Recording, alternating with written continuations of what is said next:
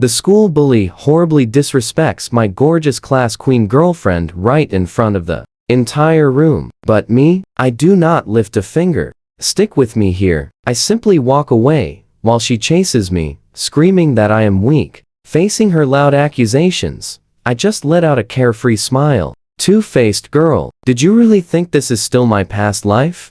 In my first life, I charged in blindly and totally wrecked that bully without any hesitation. To my absolute shock, she happily told everyone I was just a clueless fool. She even teamed up with that bully, filing a nasty, totally fake complaint, right in front of all the school teachers. I ended up with a huge disciplinary record, completely losing my one major shot at the highly critical Gaokao entrance exam. And the funniest part, after graduation, she actually dated the school bully, and they happily got married. But hey, now that I am reborn, why on earth would I ever ruin my reputation and my bright future for someone like you? Right now, inside the crowded office, listening to them confidently spin their crazy stories, I actually find this whole thing absolutely hilarious. In my past life, I tried so hard to argue, yet every single attempt failed.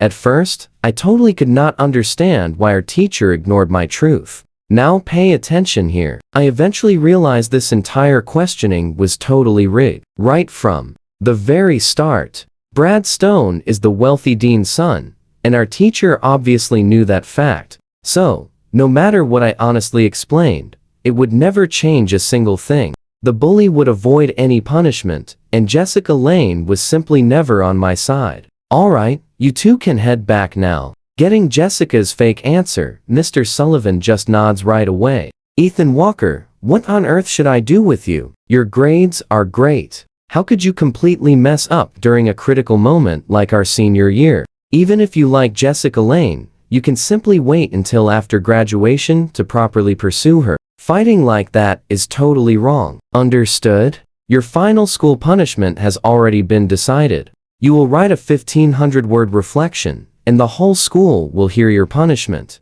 We only have 100 days left until the big Gaokao exam. Do you seriously want to ruin your bright future over this mess? Keeping my face totally blank, I calmly reply, "Oh." Mr. Sullivan's temper instantly flares up. Widening his angry eyes, he loudly shouts, "What did you just say to me? You are refusing? Do you realize how massive your mistake actually is today? Fighting is already terrible, and right before the Gaokao exam, the fact that his family did not press serious charges is an absolute miracle for you right now. And listen up, whether you write that reflection or not, your final punishment is definitely still happening. If you stubbornly refuse to admit fault, I have zero choice but to call your parents immediately." I just flash a confident smile. The teacher aggressively opens the contact files on his computer, finds my mother's cell number, and immediately dials it on speakerphone. Honestly, I really do not care. After enduring the terrible suffering in my past life, like totally failing the Gaokao and hurting my parents, absolutely nothing can ever hold me back in this life. Talk all you want. I am not writing anything. Same exact answer as before. I did absolutely nothing wrong. As for the real truth, you know it better than anyone here. Punish me however you want. I really do not care. With that, I confidently turn and walk straight outside. You and I both know my secret. I am reborn. Why fear a corrupt teacher like him? Reborn right back into my critical senior year. I will never bow my head to anyone ever again. Back then, failing the huge Gaokao totally crushed my spirit. But guess what? Every single exam question is still completely crystal clear, right inside my mind. I swear I will take back every single piece of glory that belongs to me. When I return to the classroom, the whole class is buzzing. How did it go? Tell us. A few of my closer classmates quickly crowd around my desk, all loudly asking what just happened. I just laugh and reply, "What else?" They want me to write a reflection, apologize, and announce my punishment to the school. But I already told our teacher I am not writing anything. I calmly sit down, pull out my heavy textbooks, and get ready to study seriously. Beside me, my buddy Kevin Park gives me a big thumbs up and grins.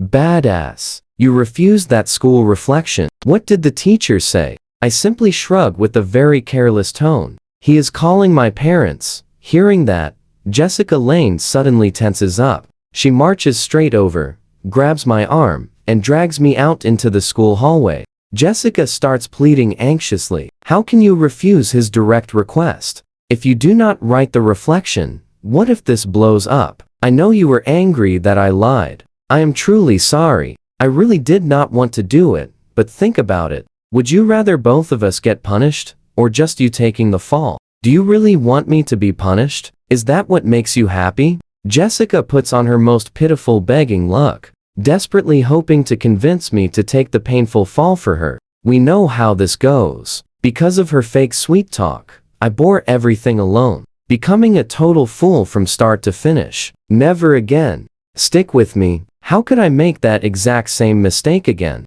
What if I absolutely refuse? Plus, you claimed you despised Brad Stone, did you not? So why on earth are you still helping him? Jessica panics and quickly explains, I am not helping him. I just really do not want things to become overly complicated here. If you hate writing a self-reflection, I will happily write it for you. Just confess your mistake to the teacher, and this entire dramatic mess will finally be over. Do we seriously need to drag our parents into this?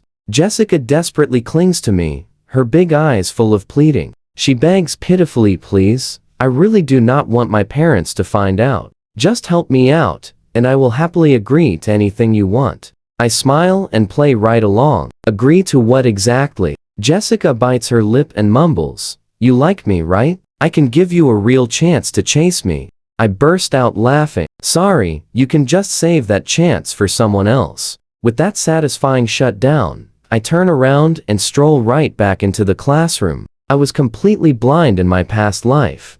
But does that mean I must be blind now too? Besides, if I'm going to chase someone, I will definitely chase my actual dream girl. Who would ever pick a fake, dramatic princess like you? You will want to see this, right about now. My actual dream girl is still getting bullied at the neighboring school. Not long after, the homeroom teacher calls me right back into his office. Seeing my mom there, her expression conflicted. It is very obvious she never expected her own precious child to start fighting over silly puppy love. After all, for as long as anyone remembers, I was always known as that totally obedient, well-behaved kid with consistently flawless grades. I have already told your mother about what just happened here. You can explain the rest to her yourself.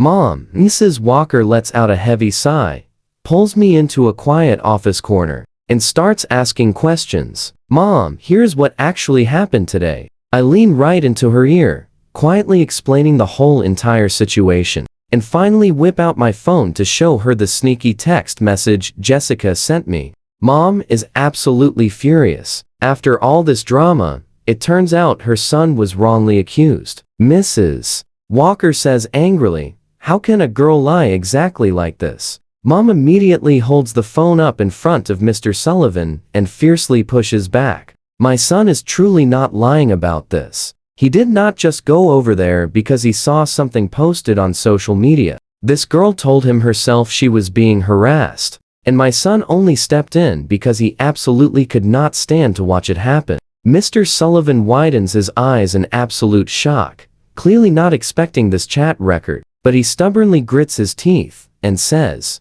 yes, lying is very wrong, but the cold fact remains that Ethan Walker totally hit someone, and that victim is a track student. If that boy injures his hands or feet, will it not ruin his exams? Then Mr. Sullivan turns to strictly lecture me again. Ethan Walker, all I am reasonably asking is for you to truly reflect on the facts that you hit someone no matter what. You cannot just go hitting people, right? Jessica Lane obviously lied. And of course, the teacher will discipline her for that. But setting all that aside, you are still completely in the wrong, you not? I just smile and reply, setting the facts aside, you are really something. You heard that, right? What teacher actually says something like that? Teach. Setting aside the facts, could I also be the mighty emperor of China? They were the ones completely in the wrong. So why am I the only one getting punished? How about all three of us get disciplined together? We will do the announcement together. I really do not care. Mr. Sullivan is furious. Look at this kid. He made a mistake and shows absolutely zero willingness to admit it. And now, he actually dares to talk back to me. The way I see it, a 1,500-word reflection is not enough. You will write a 3,000-word reflection with full school-wide criticism. You show no remorse at all. I smile back at him. Teacher, Brad Stone is definitely not getting a full school-wide announcement, right? Are you completely sure you deserve to be a teacher? Hearing that, the homeroom teacher shoots straight up to his feet and loudly roars, Ethan Walker, you are insulting your own teacher now, are you? Look at this. Mr. Sullivan turns to the parent beside him and complains. You can clearly see this for yourself. Look at the terrible attitude this kid has. I am not handling this anymore. Take it straight to the dean. But what good will going to the dean actually do? Do you honestly think I do not know? Brad Stone is the dean's actual son. Is he really going to let his precious son take the fall for this? Those bold words blow the whole situation wide open. Half an hour later, inside the dean's office, Dean Hall puts on a very stern face and says, I heard absolutely everything you said in the homeroom teacher's office. You must be Ethan Walker's parent. Let us forget about who is right or wrong for now. Let us talk about attitude. He blatantly talked back to the teacher, and his homeroom teacher was so incredibly angry, his heart started acting up. Is this acceptable? You also mentioned something about me letting my own son off easy. My son gets the exact same scolding when he makes a mistake. Same yelling, same strict beating. I will give that brat a proper thrashing the moment I get home. But let me make this very clear. You and I just heard it. Ethan Walker must apologize and read out a 3,000-word reflection in front of the whole entire school. Stick with me for some wild school drama. They say if this kid refuses to change his rebellious ways, the academy is completely kicking him out. Hearing that threat, Mom, Mrs. Walker instantly panics. Dean, what exactly do you mean by that? Are you expelling my son during his senior year? Dean Hall just sits right there, snaps back, and yells, look at him. He shows absolutely zero respect. He literally told everyone the instructor does not even deserve to teach. How can we possibly educate a rebellious student like that? It is not that we refuse to. We genuinely just cannot. Mrs. Walker desperately tries to explain, no, my son can be super stubborn. But before she even finishes, I loudly blurt out, Mom, this is no big deal. I will just transfer schools. I'm completely sick of first high. Anyway, second high next door looks great. Dean Hall is on the absolute verge of bursting. He furiously points right at me. Look at this attitude. Look at this. Ethan Walker's mother. I'm giving him one absolute final chance. Either write a massive apology or drop out. I just smile. I do not even want to attend this totally lousy first high anymore. Once the news spreads, my entire class goes into a massive uproar. Are you totally insane? Transferring right now? What about the Gaokao exams? Just write the reflection and admit your fault if you have to. Now, pay attention right here. A few of my close friends rush over, desperately trying to talk me out of it. Because you and I both know the Gaokao exam literally decides your entire future. Our homeroom teacher just said if you simply agree to write that massive 3,000-word reflection, accept the punishment, and apologize, this whole drama drops completely. Otherwise, our class will not even be allowed to have chemistry class anymore. Cindy Lloyd groans in pure frustration. Exactly. You got punished for fighting, fine. But why drag the rest of us down too? Can you not just apologize? Why should our whole class lose precious study time because of you? Jessica Lane literally said the instructor was not even mad anymore. But you just had to keep arguing with him. And do you not realize you are dragging Jessica right into trouble too? It is clearly not enough that you get punished alone. Now, Jessica has to bring her parents in. Are you finally satisfied? Look, Jessica is literally crying. Her parents are already on their way to the school right now.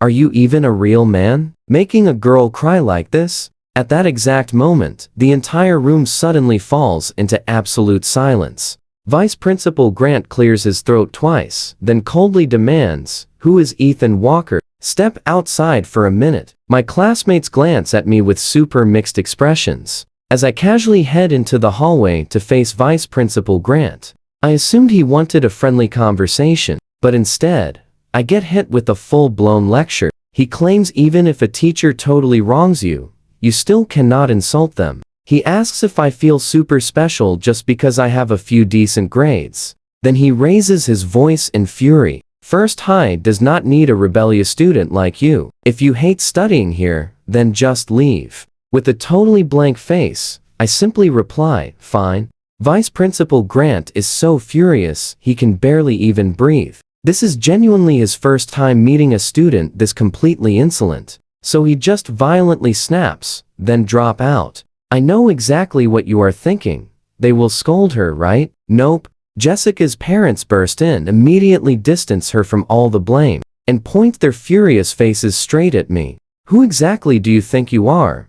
Accusing our daughter of lying." Instructor, the way I see it, this wild kid needs moving immediately. He absolutely cannot stay in the exact same class as our innocent Jessica. He is just going to keep harassing her. When my mom hears this absolute garbage, intense anger surges in her. But right before she fires back, I quickly cut in. "I am dropping out. Mom, do not worry. My grades will honestly only get better once I finally leave." Right then our physics teacher, Miss Quinn, sighs beside us. "Oh, there was a major physics Olympiad next month, and I was planning to highly recommend you. This huge competition is a fantastic opportunity. With your high level, placing could honestly earn you massive Gaokao bonus points. There is only one slot per class, and if you drop out, that spot will have to go somewhere else." Mrs. Lane jumps in completely, shamelessly, with a grin. "Teacher, that competition seriously earns Gaokao bonus points. What about choosing our Jessica? Why not let her give it a real try?" Miss Quinn flashes a super awkward smile. "Well, her physics grades are only average." 2 days later, I slam my withdrawal form down for the homeroom teacher to sign. You really have completely ruined your future." Mr. Sullivan simply cannot hold back. "I have never seen a student quite like you. Your grades were not even bad. I was going to sign you up for the big chemistry Olympiad. Look at yourself now." I reply totally casually, "Instructor, if you apologize to me right now, I might actually consider staying to crush that chemistry Olympiad for you. If I win, I could even slap your name on the award." Mr. Sullivan's face instantly turns pitch black. "Out. Get out." He furiously signs my withdrawal form. "Take this to the dean and principal. Trust me, you and I will love what happens next." A few short moments later, casually arrive at the dean's office. "Dropping out, are you? Stick with me. We are diving into an epic revenge arc." The dean signs my papers with mocking remarks. Finally, I head to the main office to face the actual principal. Taking a deep breath, I confidently state, "Hello, principal. I am Ethan Walker. I am applying for a withdrawal. Could you please sign?" I hand him the form. Principal Lewis frowns, glancing at the reason I listed on the form. "Conflict with teachers. Unable to continue studies. Formally requesting withdrawal." "So, you're the student who actually talked back to the teacher? What an absolute shame." Principal Lewis genuinely feels it is a shame, losing a top student with such amazing grades just like that. But a rebellious student who fights, talks back, and totally disrespects the dean simply cannot be kept. The corner of my mouth lifts into a smirk. A brilliant idea suddenly flashes in my mind. "Principal, I heard First High is applying to become a provincial key demonstration school. If you really need me, just make the homeroom teacher and the dean personally apologize to me, and I might actually reconsider staying right here." Hearing this crazy demand, Principal Lewis just rolls his eyes. Now watch closely. Nobody has ever dared make a crazy demand like this to him before. The sheer audacity. "Get out. Zero respect. Talking back to teachers. And now, you demand apologies?" He angrily signs the withdrawal form on the spot. Back in the classroom, while I am packing up to leave, my desk mate Kevin Park lets out a heavy sigh. "Done for." Now, really have nobody to copy homework from. I just roll my eyes and playfully curse at him. Is homework all you ever think about? Can you not just study yourself? Kevin complains loudly. I am absolutely hopeless at studying,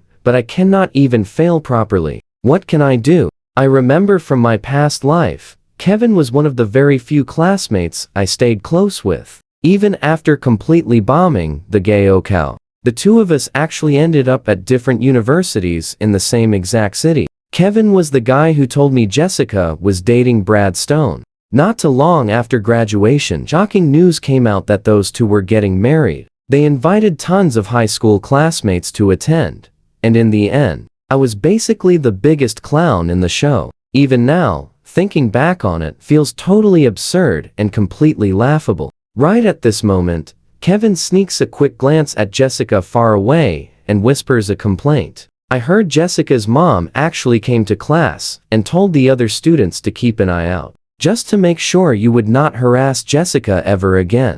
I just laugh out loud and reply, whatever. I'm transferring anyway. Finally, the dismissal bell rings loudly, and everyone starts packing their bags. I am leaving this school for good. I turn around, walking out the classroom door, when someone suddenly calls out to me, "Hey!" Jessica hesitates nervously. I never truly meant to hurt you. I just watching me actually end up dropping out. Her guilty conscience clearly bothers her a little. I turn around, looking straight at Jessica with a totally blank face. Honestly, when you lied to the teacher, I really was furious. I never once imagined you were this kind of person. Jessica looks like she is about to cry, pleading with me. No, how could I hurt you on purpose? Staring at the girl standing in front of me, my heart no longer holds any old affection whatsoever. Her weak explanations are just pathetic cover-ups. She is simply not a good person at her core. I cannot help but spit out,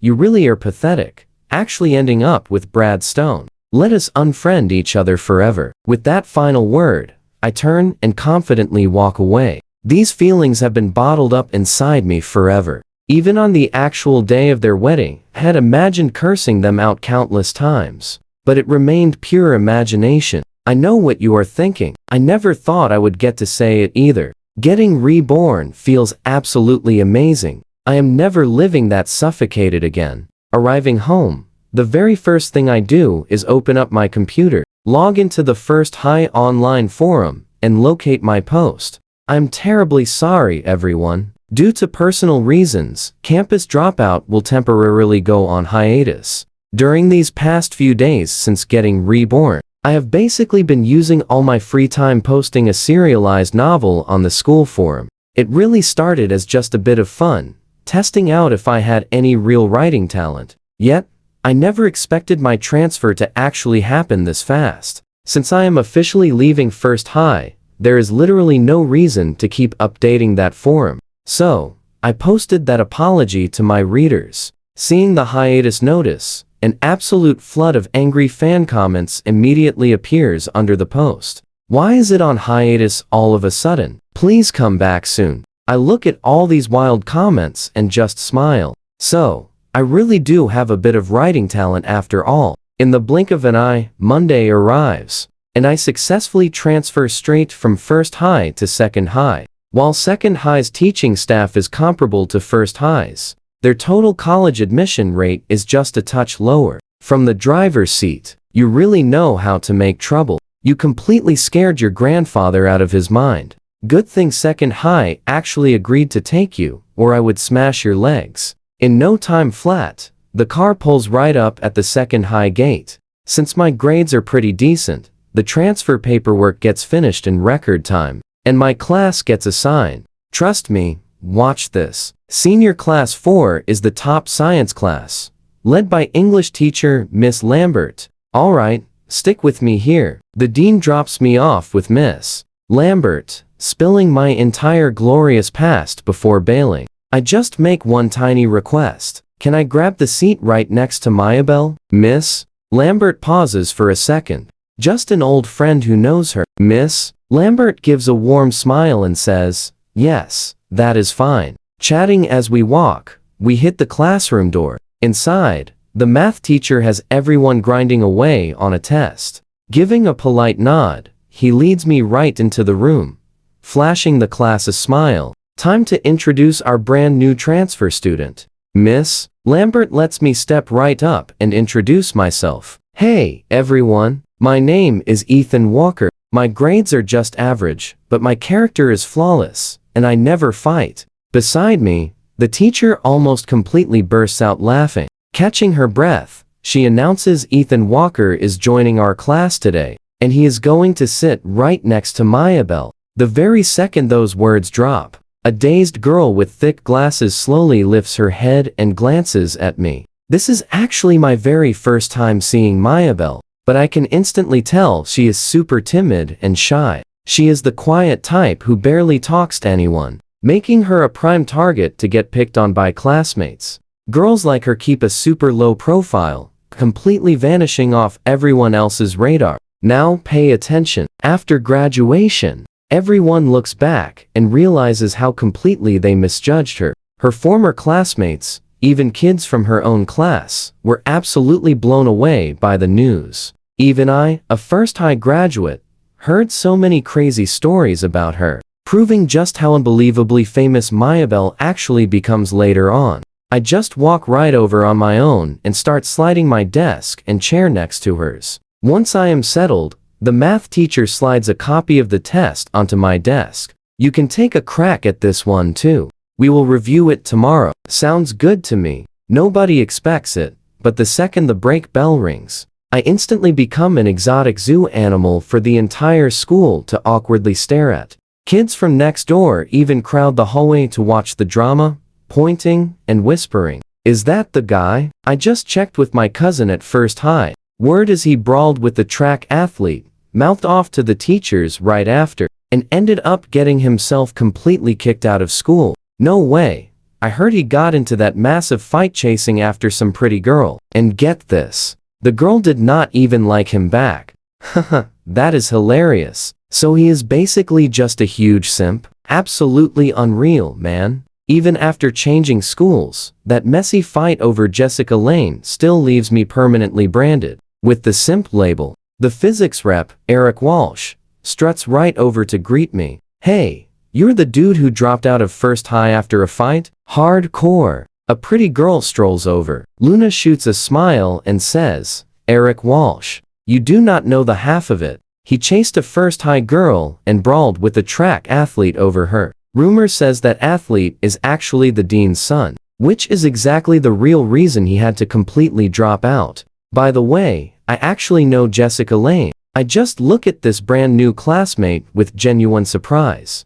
You know Jessica Lane? Jessica and I went to elementary school together. I just purse my lips. You and I both know what that means. My transfer was a total waste. Before my seat is even warm, my entire backstory is completely exposed. Luna blinks her pretty eyes and suddenly asks with excitement, how about you drop Jessica Lane and try chasing me instead? The surrounding classmates absolutely burst into laughter. Wait. Do you not already have Jason Pierce? Luna just laughs back. I never agreed to anything with Jason Pierce. Plus, I like top students. He ranked top 10 in his whole grade back at first high. He will easily be top 3 here. Plus, I genuinely think he is really funny. He is obviously a top tier student, but in his intro he claimed average grades. He clearly dropped out for brawling, yet he straight up claims he never ever fights.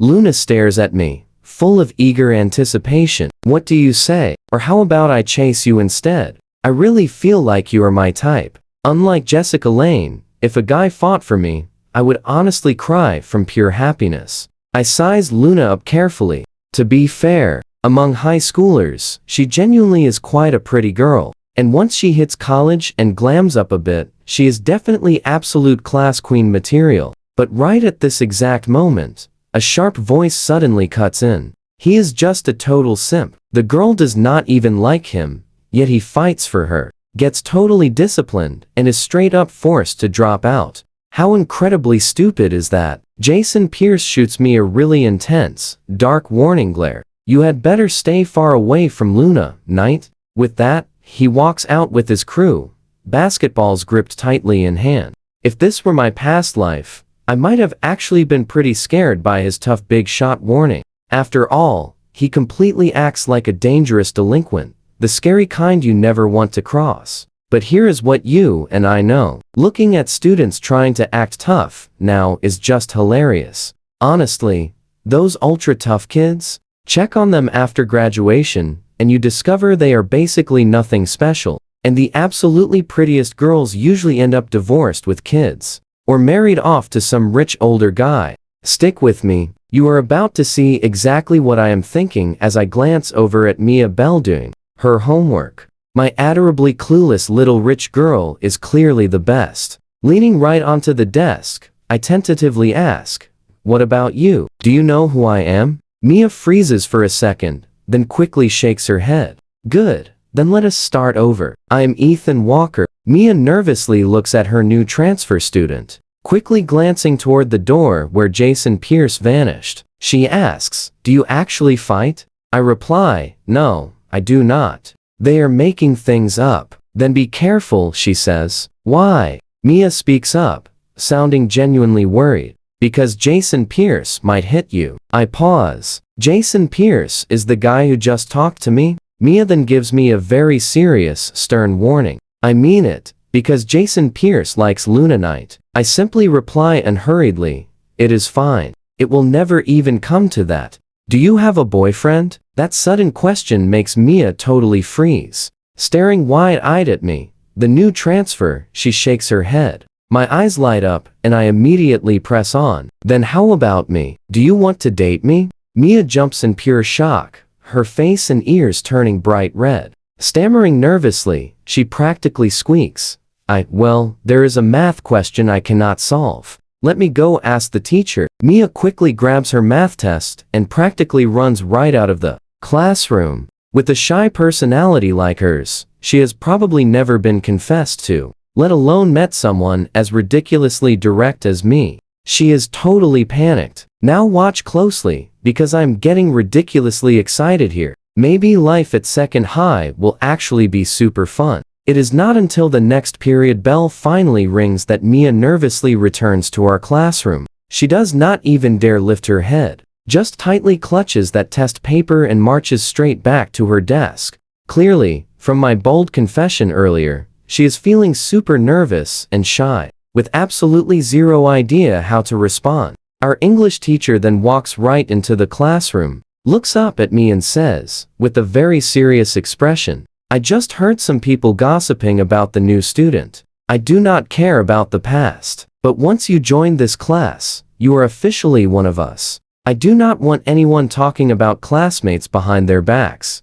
All right, I will pass out the tests now. Today, we are doing reading comprehension, and I will go over all of it once you finish." Clearly, Miss Lambert caught wind of those wild rumors about my transfer, so she uses this exact moment in class to call those specific people out. You and I both know what happens next. My English level completely destroys all these average high schoolers. Even though I bombed the Gaokao back then, I still easily passed the college English test, band 6 in university. So, whether it is vocabulary, complex grammar structures, writing, or reading comprehension, I'm leagues above an ordinary high schooler. I crushed the entire reading test with just one single wrong answer. In my past life, I underperformed and only scored 112 in English. If normal, I'd have scored around 125. But in this life, I confidently feel I can score above 140. I have two massive natural advantages. First, back in college, I prepared for English certification and graduate entrance exams, totally grinding through and memorizing countless complex vocabulary words. Second, I even know the actual Gaokao questions. Up at the front podium, English teacher Miss Lambert speaks up. All right, we went over the answers. Out of 20 questions, anyone who got 5 or fewer wrong, raise your hand. In a flash, quite a few students raised their hands. I scan the room, a class of 48 people, and 8 have their hands up, meaning these smart students got only 5 wrong. It seems the skill level of this top class really is not that far off from first high. 4 or fewer wrong. The moment she says this, 3 people lower their hands, leaving just 5 hands still raised. These are definitely the absolute top English students in class. To my total surprise, the girl who flirted with me earlier tonight also has her hand up. Her English is quite good. 3 or fewer wrong. Of 5, only 1 person raises their hand. Miss Lambert smiles. Luna, Knight, how many did you actually miss? Teacher, I got 2 wrong. Miss Lambert nods with a smile. Not bad. The specific test was quite challenging. All the questions were pulled from previous years. Gaokao papers. Then Miss Lambert glances my way again and asks curiously, Ethan Walker, your English should not be bad. How many did you miss? The moment she asks, every single set of eyes in the room turns to me, waiting for my answer. Thinking I should keep a super low profile as the new student, I casually reply, Teacher, I got quite a few wrong. I did not do well at all. It is fine. Your desk, mate. Mia's English is solid. Feel free to ask her about anything you do not understand. My eyes instantly light up. Wonderful. There is so much I do not understand. Mia immediately tenses up and says guiltily, Teacher, I'm not really good at teaching others. Clearly, I seriously scared her earlier. She will not even look my way. But trust me, things get wild when Luna Knight happily jumps in, saying she will teach me, since she represents the class. You and I are diving into the drama today. Luna winks, completely convinced. Her tutoring offer is an absolute charm. I just smile back. No, thanks. Having Mia Bell teach me is absolutely fine. Cue Jason Pierce, slouching back with serious attitude. A top student? Please, this guy is clearly nothing special at all. Miss more than 5 here, and you are scoring under 120. I totally thought top 10 from first high would be impressive. Luna rolls her eyes in total exasperation. Jason is obviously just targeting the new guy. That ranking is overall, not just a single subject. His math might be completely legendary, exactly like your own personal best subjects. Okay, settle down. First high is first high, and second high is just second high. We are absolutely not inferior to other schools, so stop putting yourselves down. Oh, speaking of which, that totally reminds me, next week is the big English speaking contest. Every single class gets exactly 3 spots, so come to me to sign up. This district-wide battle demands vocabulary way beyond standard high school levels. It completely tests your hardcore extracurricular learning. Winning scores you a shiny certificate, an awesome prize, and a perfect chance to bring huge glory to second high. Hearing that epic news, I completely perk up and shoot my hand high. Teacher, I want to sign up. Jason immediately mocks me. Only 3 spots per class, and you cannot even beat your own classmates. How are you going to battle the entire district? Teacher, giving him a spot is completely unfair to everyone else. I just laugh. Why does it seriously feel like you are targeting me? Dude, I'm absolutely not targeting you. I just mean we only have 3 spots, so picking carefully is necessary. The teacher literally said, this is about bringing honor to our school,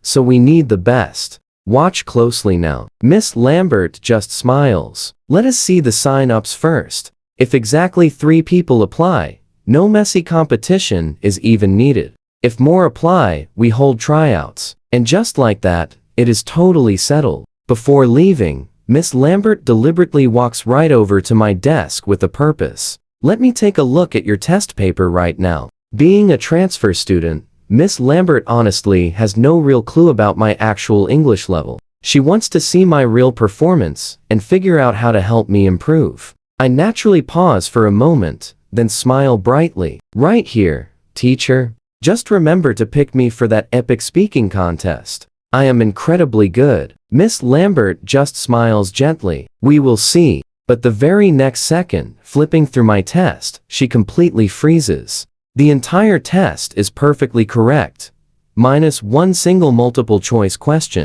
Did you not just say you got a ton wrong? How is it you only have 1 single, tiny mistake? Instantly, every single student in class snaps around, eyes wide in absolute shock. I just sigh with a perfectly sincere face. Teacher, getting even one single mistake is completely unacceptable to me. Less than perfect is a failure. You and I felt that flex. The entire class totally explodes. Class rep Luna Knight covers her mouth, vibrating with pure excitement. That is totally incredible. A true first high genius. Jason glances at his own paper, his mouth twitching furiously as he grits his teeth. Absolute show off. Miss Lambert cannot help beaming right at me. You really are something else. Refusing to even raise your hand when asked. Amazing job. Keep it up. Seeing this masterpiece completely puts her mind at ease. The dean told her I was a top ranker from the start.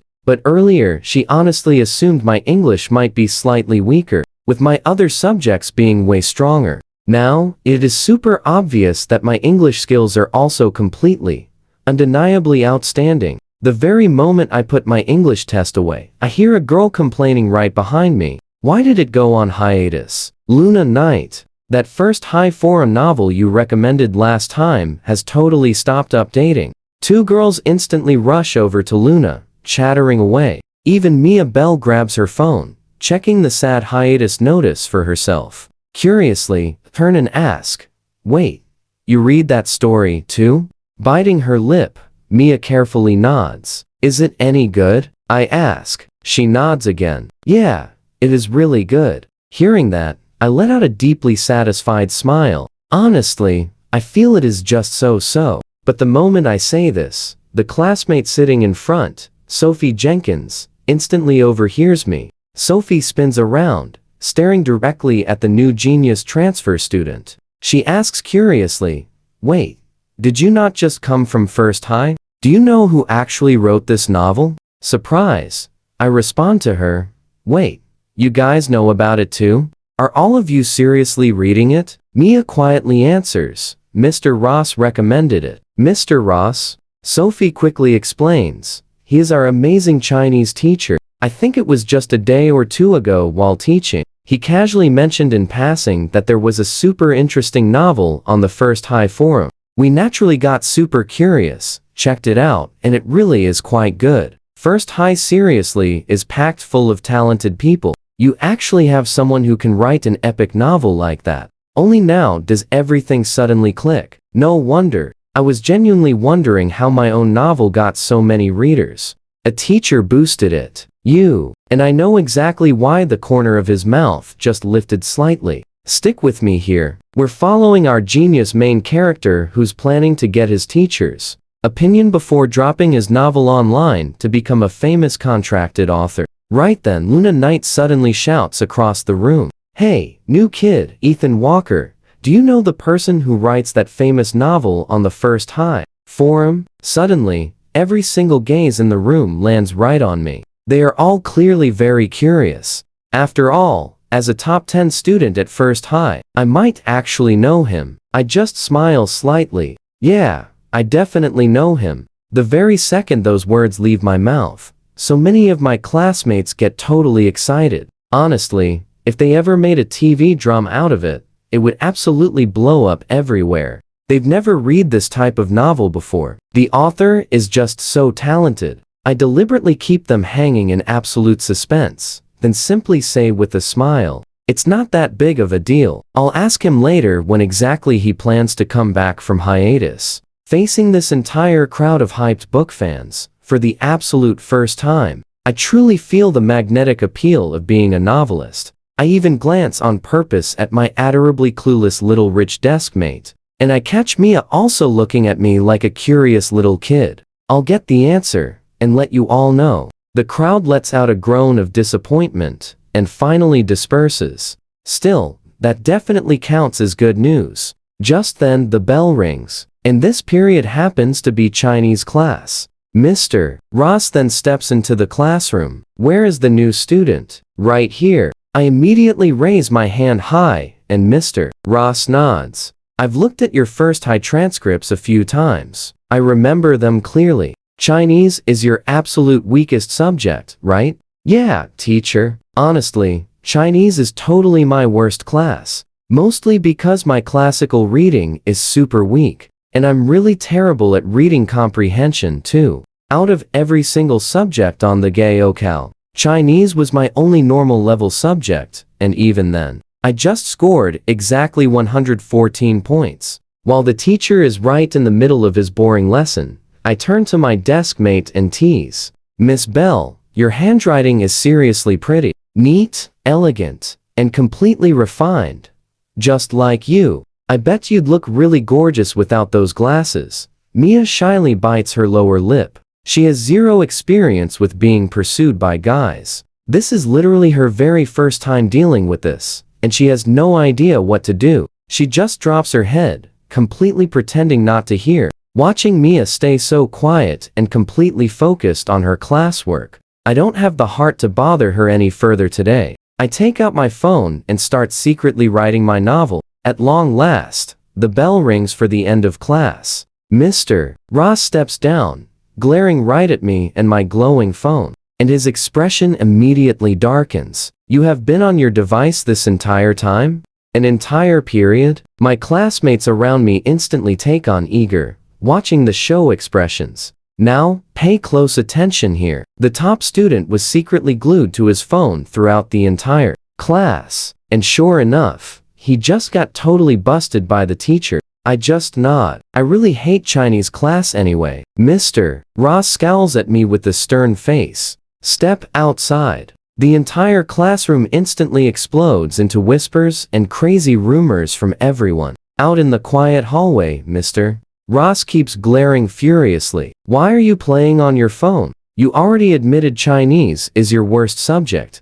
Don't you want to improve your grades?" I just press my lips together and smirk. "Teacher, honestly, Chinese isn't actually my weak spot at all. I completely faked it. I actually want to request that you let me write my own stuff during your class from now on." Mr. Ross frowns hard. "Write what exactly? What do you mean?" I hand him my phone. He glances at the bright screen and immediately freezes. "Isn't this? Wait, this is the upcoming plot."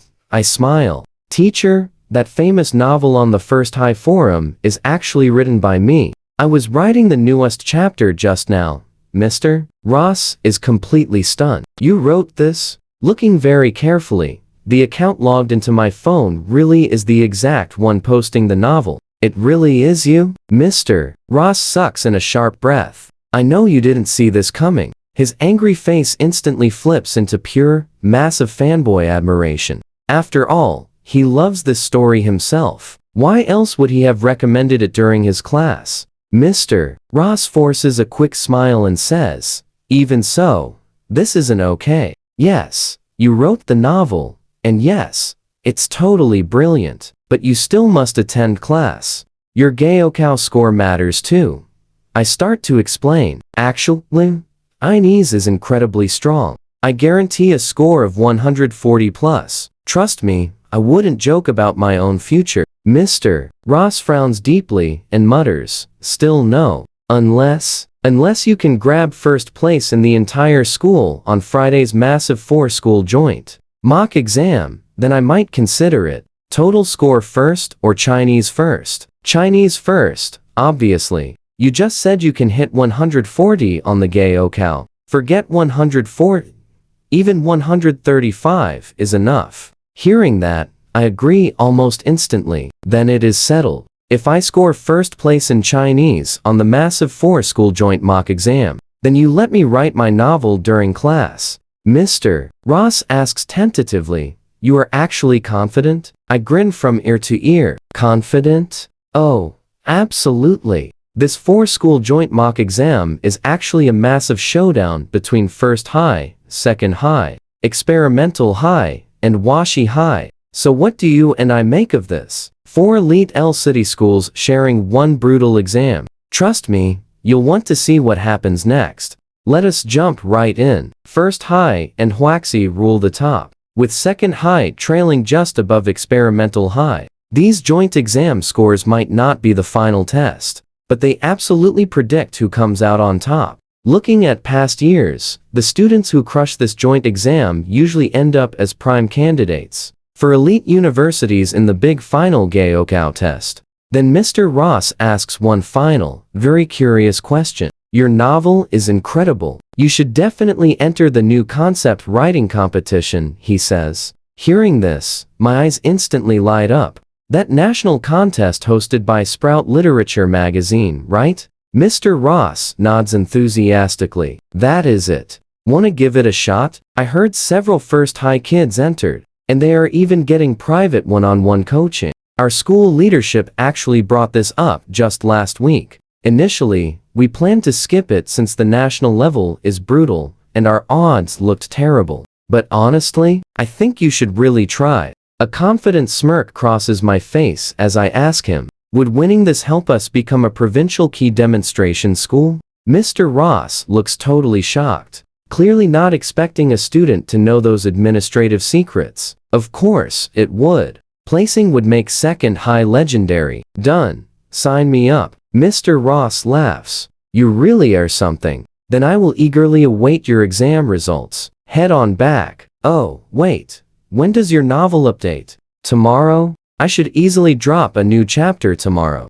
Stepping back into class, several incredibly nosy classmates instantly surround my desk. So how did it go? What did Mr. Ross want with you? Barely even warming my seat, Mr. Ross suddenly bursts right back into the room. There is one detail I completely forgot. Now pay close attention to this twist. Friday joint exam has a wild new rule. Nobody tests in their homeroom. Everyone gets entirely reshuffled. Ethan Walker, you will not have any problems with that, right? Hearing that, several classmates shoot me. Super confused. Looks. Wondering why he specifically singled me out. I just smile and nod. Understood, teacher. Once he leaves, Sophie Jenkins spins around and desperately asks, what did he mean by that?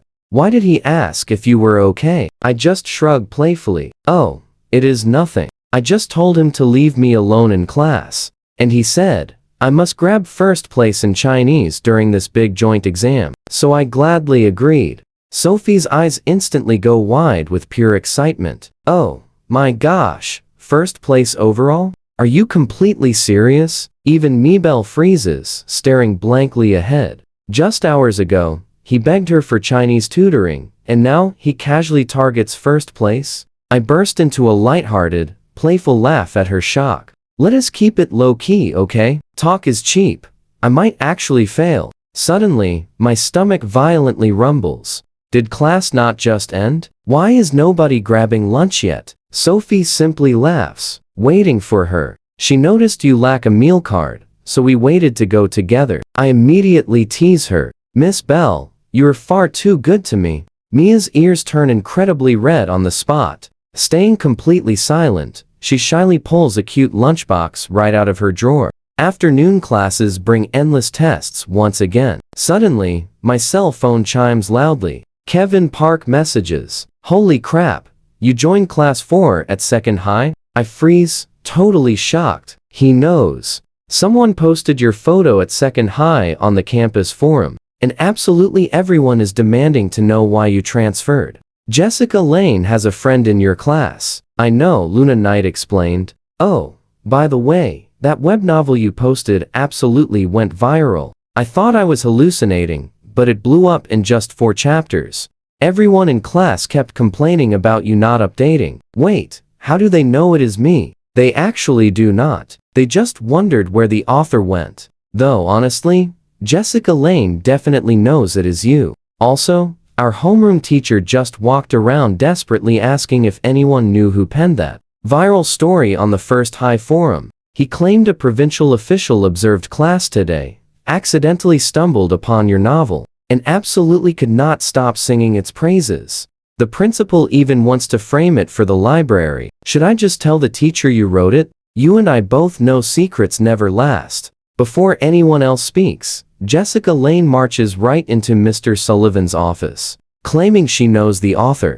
Mr. Sullivan smiles warmly. Perfect timing. I knew that forum masterpiece came from one of our own. A leader from the Education Bureau happened to visit today and instantly fell completely in love with the story. Our principal wants to capitalize on this hype, launch a brand new literature club. and have this mystery genius share their epic writing secrets. By the way, is the brilliant writer actually a student from our class? Jessica hesitates, then nods. Sullivan smiles. So, who wrote it? Trust me, we must see what happens next. Stick with me, you and I are watching everything unravel. Jessica goes totally silent, struggling hard to reveal my dropout secret. Suddenly, Vice Principal Grant calls asking for the author. Our guy, Mr. Sullivan answers it instantly. Yes, absolutely, student from my class wrote it. After hanging up, reality hits him. Jessica never actually said who the author was.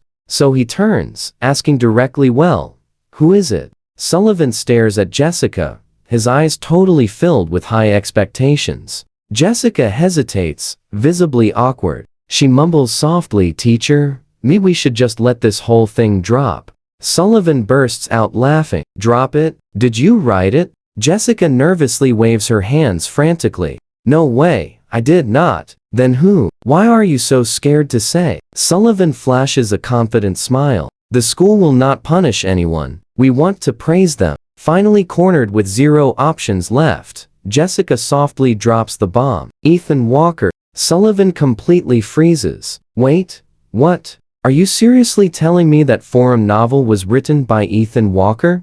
Jessica keeps her head firmly down. It has to be true, because she saw the poster account is exactly his. Sullivan stands there completely dumbfounded, his brain short-circuiting. How? His Chinese grades were totally average, and his essays were nothing special. How could it possibly be him? Feeling super guilty, Jessica answers. I have no idea either, but that is definitely Ethan Walker's account. I double-checked everything, even found our old chat records. Sullivan furiously rubs his head, feeling like the entire universe is pranking him. Why did you not just say that before the vice principal called me? Why keep Ethan Walker a secret? This kid is not even enrolled at our school anymore. And I already proudly told Vice Principal Grant that we had the author. Thank the heavens that the Education Bureau leader did not demand a face-to-face meeting. How would I even produce him? Jessica lowers her head, looking absolutely miserable right now.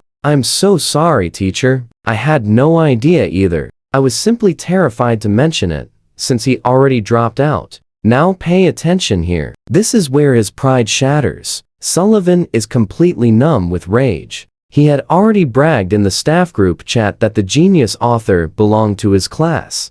Talk about a massive slap to himself. A dropout student, one who fiercely argued with him, no less, is the exact same kid currently getting all this massive school-wide glory and recognition. Sullivan loudly grits his teeth. Whatever, he quit writing anyway. Let us just pretend we do not know the author. I will invent some clever excuse for the school leadership. Remember, you absolutely cannot tell a single soul that Ethan Walker wrote this. Just claim you have 0 clue. Jessica looks like she really wants to argue, but swallows her words. Sullivan aggressively rubs his temples, forces his emotions down, and finally grabs his phone to call Vice Principal Grant back. VP Grant, I am truly sorry. I just interrogated the student. Turns out, this whole novel was completely plagiarized from elsewhere. Only that tiny amount of content exists. There is absolutely nothing more after it. That is why he was too humiliated to claim the credit. Hanging up the phone, Mr. Sullivan lets out a massive sigh of relief, but playing it safe, in case others figure out my secret. He heads to the classroom to force everyone to drop the whole subject. Arriving quickly at the classroom door, he spots the English teacher starting her lesson. Sullivan politely offers a small, tight smile. Just a real quick announcement. Nobody worry about that first high forum novel anymore. The principal officially declared that since the update stopped, we are moving on. Stop obsessing over the author. Even if you figure it out, stay completely silent. Starting right now, end all discussions about this. Shift your brains back to studying. The huge 4-school joint mock exam is rapidly approaching. Every single one of you better score high. But right as he pivots to leave, a student suddenly shouts, "Teacher, wait a second. You saw that coming, right? The novel updated 5 minutes ago." Sullivan's heart completely stops, frozen like lightning just struck him. It updated? Are you entirely serious? The entire class instantly whips out their phones and frantically refreshes the school forum. Sure enough, the legendary campus dropout novel on the First High forum has magically dropped a brand new chapter after days of silence.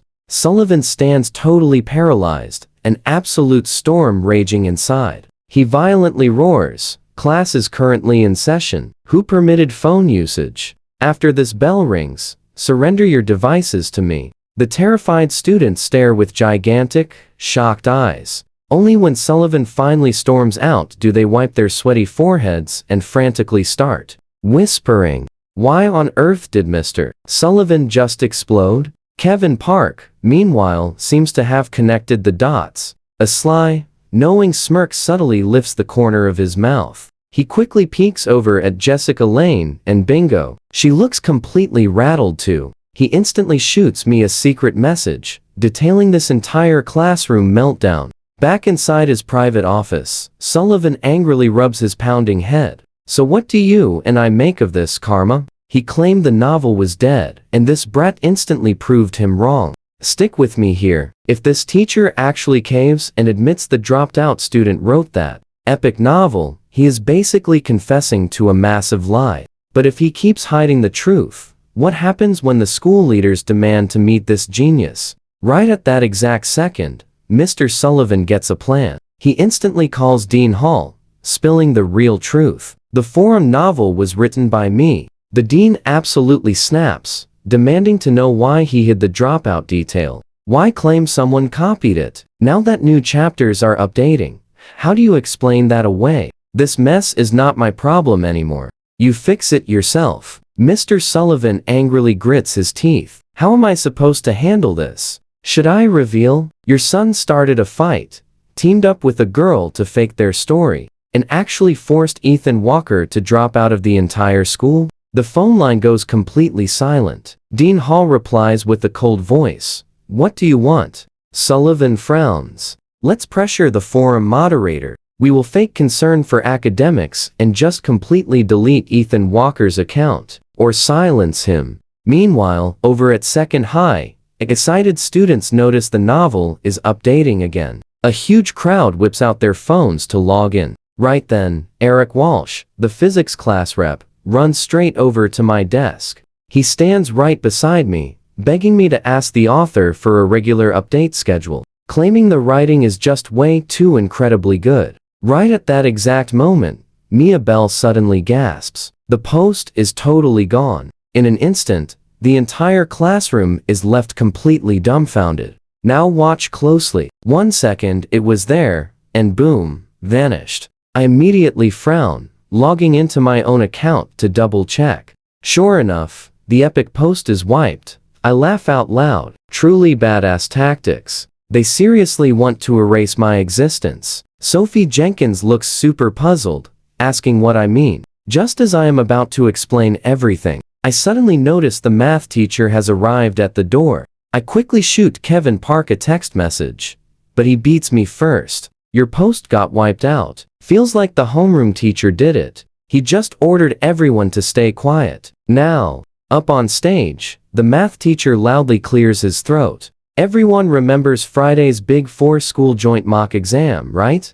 This time, we are swapping schools for the test, so take it seriously. Now, I'm handing out 2 papers. One is the copied math paper from the joint mock exam 2 years ago, and the other half I wrote myself. Class representative, come up here and pass these out now. But right at that very moment, Mr. Ross, the Chinese teacher, suddenly appears at the classroom door, knocking and smiling. Ethan Walker, step outside for a moment. Everyone curiously glances at me sitting in the back. I know what you are thinking. Something is fishy. Out in the hallway, Mr. Ross whispers, why was your novel deleted? I just shrug and smile innocently. I just heard from a First High teacher that the Board of Education leaders literally praised your amazing story. How is it suddenly gone? My eyes light up. I get it now, sir. They deleted it because I dropped out. Otherwise, the crazy rumors would keep spiraling. Mr. Ross laughs in sudden realization. Yeah, that makes sense. Why not just post updates on the second high forum? You go here now anyway. Nobody is going to delete your stuff. Plus, if you place in the new concept writing competition later, your novel might even get published. I casually head back inside for the boring lesson. Soon after, the math teacher announces a quick 5-minute break. But just as I stand up to leave the room, a knight suddenly runs over with a huge grin. I know a secret. She leans in, whispering right into my ear. That novel is yours, right? I raise an eyebrow. Did Jessica Lane tell you? Luna just laughs so smugly. I am not telling. I lean in and whisper back. I will tell you a secret too. I am going to drop new updates on the second high forum. Hearing that, she claps her hands so gleefully. Right then, I notice the pen on my desk, plus the notebook I borrowed from Mia Bell, are totally gone. I turn to Mia, looking surprised. Did you take back the pen and notebook? Mia stays totally silent, so I reach out to grab them back, but she quickly blocks my hand. No way. Go borrow stuff from Luna Knight. I burst out laughing, looking straight at my desk. Mate, the wealthy girl Mia Bell, with her totally stiff face. Are you actually jealous? Mia huffs. You two are so close. Why borrow from me? I have to admit, the little rich girl looks incredibly cute when she is jealous. Staring at her angry face, I pause for a second, then unlock my phone to show her my hidden forum account. She stubbornly takes a peek, then quickly covers her totally shocked mouth. Smiling, I gently cover her lips to shush her. Then I explain how Luna discovered the novel is mine. Plus, the real truth behind that epic fight with the dean's son back at first high. On Wednesday, the physical education teacher makes us run 1500 meters. Watching the awkward way Mia Bell runs, I finally understand why guys never pursue her and why she barely has any close friends. She was probably mocked so heavily that she grew introverted. But trust me on this, I feel like I just discovered a hidden gem. Best part? Nobody else knows how to cherish this adorably clueless little rich girl yet. Let's jump into this romance drama. I decide to finally step up and treasure her, jogging right alongside her. Just like I expected, Mia looks totally self-conscious. She keeps her head down, running in total silence. I walk beside her and ask, "What do you want to drink?" It is on me. Seriously, just ignore whatever those toxic people say. Hearing this, Mia finally lifts her head up cautiously. Still looking timid and totally unsure, she murmurs softly, "You are really not laughing at me right now?" In the blink of an eye, everyone finishes their run. Mia, Sophie, Jenkins, and I rest right there. I flash a slow smile. Want to play some badminton later? Both girls just shake their heads quietly.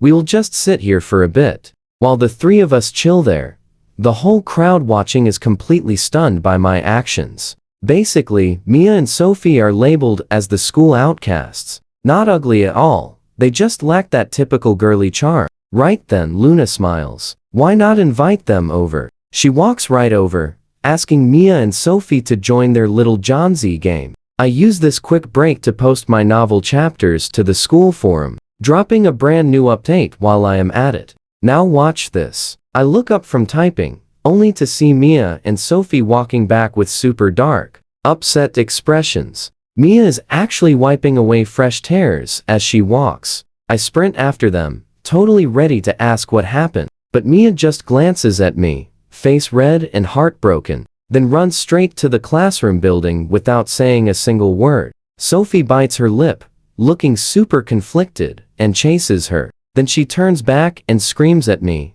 "This is all your fault." Absolutely stunned, I chase after them, grab Sophie and demand an explanation. Sighing heavily, she just glares at those girls playing Johnsy far away. "You bought us water, and they all saw it. They were just gossiping about it. I tried explaining you bought it for Mia, not me, but then they just started mocking her endlessly. They said it was wild that you would chase Mia. They claimed your taste is awful. Like a fresh flower stuck right in a pile of manure." My mouth just twitches. I ask in pure disbelief, "Who said that? Who said flower in manure?" "They called me the manure." Sophie bites her lip and whispers, "No, they are saying you are the flower." I just laugh and curse. "Who actually said it?" Just tell me now. Tina Reed. Luna said she never expected Ethan Walker to have such terrible taste. And then Tina called it a flower stuck in manure. Fine, I reply coldly. You head upstairs. I'm making Tina Reed apologize today. I march straight toward those girls playing Johnsy. Seeing me stomp over, Luna and the rest instantly figure out exactly what is coming now. Luna laughs super awkwardly. Sorry, we kind of made Mia cry just now. I breathe deeply. I stare with a deadly serious expression. Apologize right now, but I bet you cannot even speak it. So, you and Tina Reed will write her an apology note. Luna freezes completely. I have to write one too? She whines, pure jealousy creeping in. Why should I do that? I glare at her and snap. Do I need to start cursing at you? Luna jumps in pure shock, frozen stiff. Even the girls playing Johnsy nearby never expected me to suddenly explode in anger like that. You probably feel bad for her, right? Well, Luna's eyes turn red, and she crouches down on the ground, crying. The boys watching start buzzing with drama. Jason Pierce rushes over. What is wrong? Did he bully you? Crying, Luna shakes her head, stands up, and yells, "None of your business." She glares at me one last time, then turns and storms away. Jason's mouth twitches furiously. Pointing at me, he shouts, "Do not leave after school." That afternoon, the whole classroom vibe turns super weird. Everyone is whispering during the final study period before dismissal. Sophie secretly passes Mia a note. I heard Ethan made Luna cry. Jason is coming for him after school. Reading this, Mia bites her lip nervously. Looking at me beside her, she whispers, "You really should see this." Mia's eyes are totally full of worry. Biting her lip, she says softly, "I am sorry. Maybe we should just tell the teacher." I frown hard. No way. If we tell the teacher, they will drag you into this drama too. Honestly, and perfectly imagine the absolute mess if Luna, Mia, Jason, and I all got dragged into the office. Even if the problem looks solved, the school gossip will only get much worse. After all, back in my past life, at First High, I survived this once already. Mindless gossip can easily shatter a fragile heart, especially someone like Mia. There is absolutely no way I'm putting her in the spotlight. Mia looks at me, looking incredibly hurt and terrified. Finally, she scribbles down some words and slides the paper over. Let me go apologize to her. I just roll my eyes at her and write back, "No way. I have a plan." Seriously, when dealing with off-campus school brawls, the easiest and best method is showing them you are much tougher, so they immediately back down in fear. The corners of my mouth tilt up. I pass her one last note. Got any cash? Lend me some. I need cash to hire some guys. And trust me, you are not ready for what happens next. Stick with me here, because this gets wild. I just get a huge transfer. Ones, tens, hundreds, thousands, 10,000s, 286,751 yuan. I am totally speechless. Is this kind of cash enough for a high schooler? If not, I could just ask my mom for more. But it is plenty. I bury my face in my hands and laugh. Absolutely insane. I scroll through my phone contacts and decide to call up Kevin Park. Someone is literally planning to jump me after school today. I tell him to ask his cousin to bring some guys down to the second high school gate this afternoon. 300. A guy, 500. If they actually fight. Kevin is completely shocked. What is happening? Is our school really that dangerous? I instantly send him 30,000 yuan. He freaks out. 30 grand? Are we bringing 100 guys? After confirming the details, I smirk. I glance up and see Jason Pierce glaring at me from a distance. Then, right on cue, the final school bell rings. Several classmates instinctively turn around to look at me sitting in the back row. Even Luna Knight, the English rep, nervously walks right over. She pulls me to the back of the room with this conflicted expression and whispers that I should probably stay inside. Jason has guys waiting outside for me. Luna shakes her head, looking incredibly worried, and apologizes. She tried stopping him, but he claimed she was just causing more trouble. She begs me to just apologize to avoid getting hurt like the last guy. I just laugh out loud. Are you actually worried about me? You bored here too, right? I remind her to apologize to Mia during evening study hall. With that, I walk right out of the classroom with absolute swagger. Now pay attention to this part. Since Luna cannot convince me, she turns to Mia, practically begging her to stop me from going to the front gate before I actually get hurt. Luna literally crouches by Mia's desk, totally terrified. But Mia just shakes her head and answers with complete seriousness that she trusts him. Luna is ready to cry from frustration. This is not about trust, because Ethan cannot beat those guys. Jason has called in a massive group. She admits she should not have said those things earlier, confessing she was just feeling jealous. But she genuinely does not want to see me hurt. She begs Mia to use her close friendship to talk me down. Mia hesitates, but finally shakes her head and whispers, "Actually, he called in his own backup." Totally anxious and stressed out, Luna grabs her head and mutters, "What are we supposed to do?" She bites her lip, ready to run to the teacher's office. Until Mia gathers all her courage and speaks up. "We cannot go." He specifically said no, telling the teacher. Right now, Mia's eyes look incredibly firm. Normally, she would completely freeze up in a tense situation like this. But today, she fully believes that. She just needs to trust me.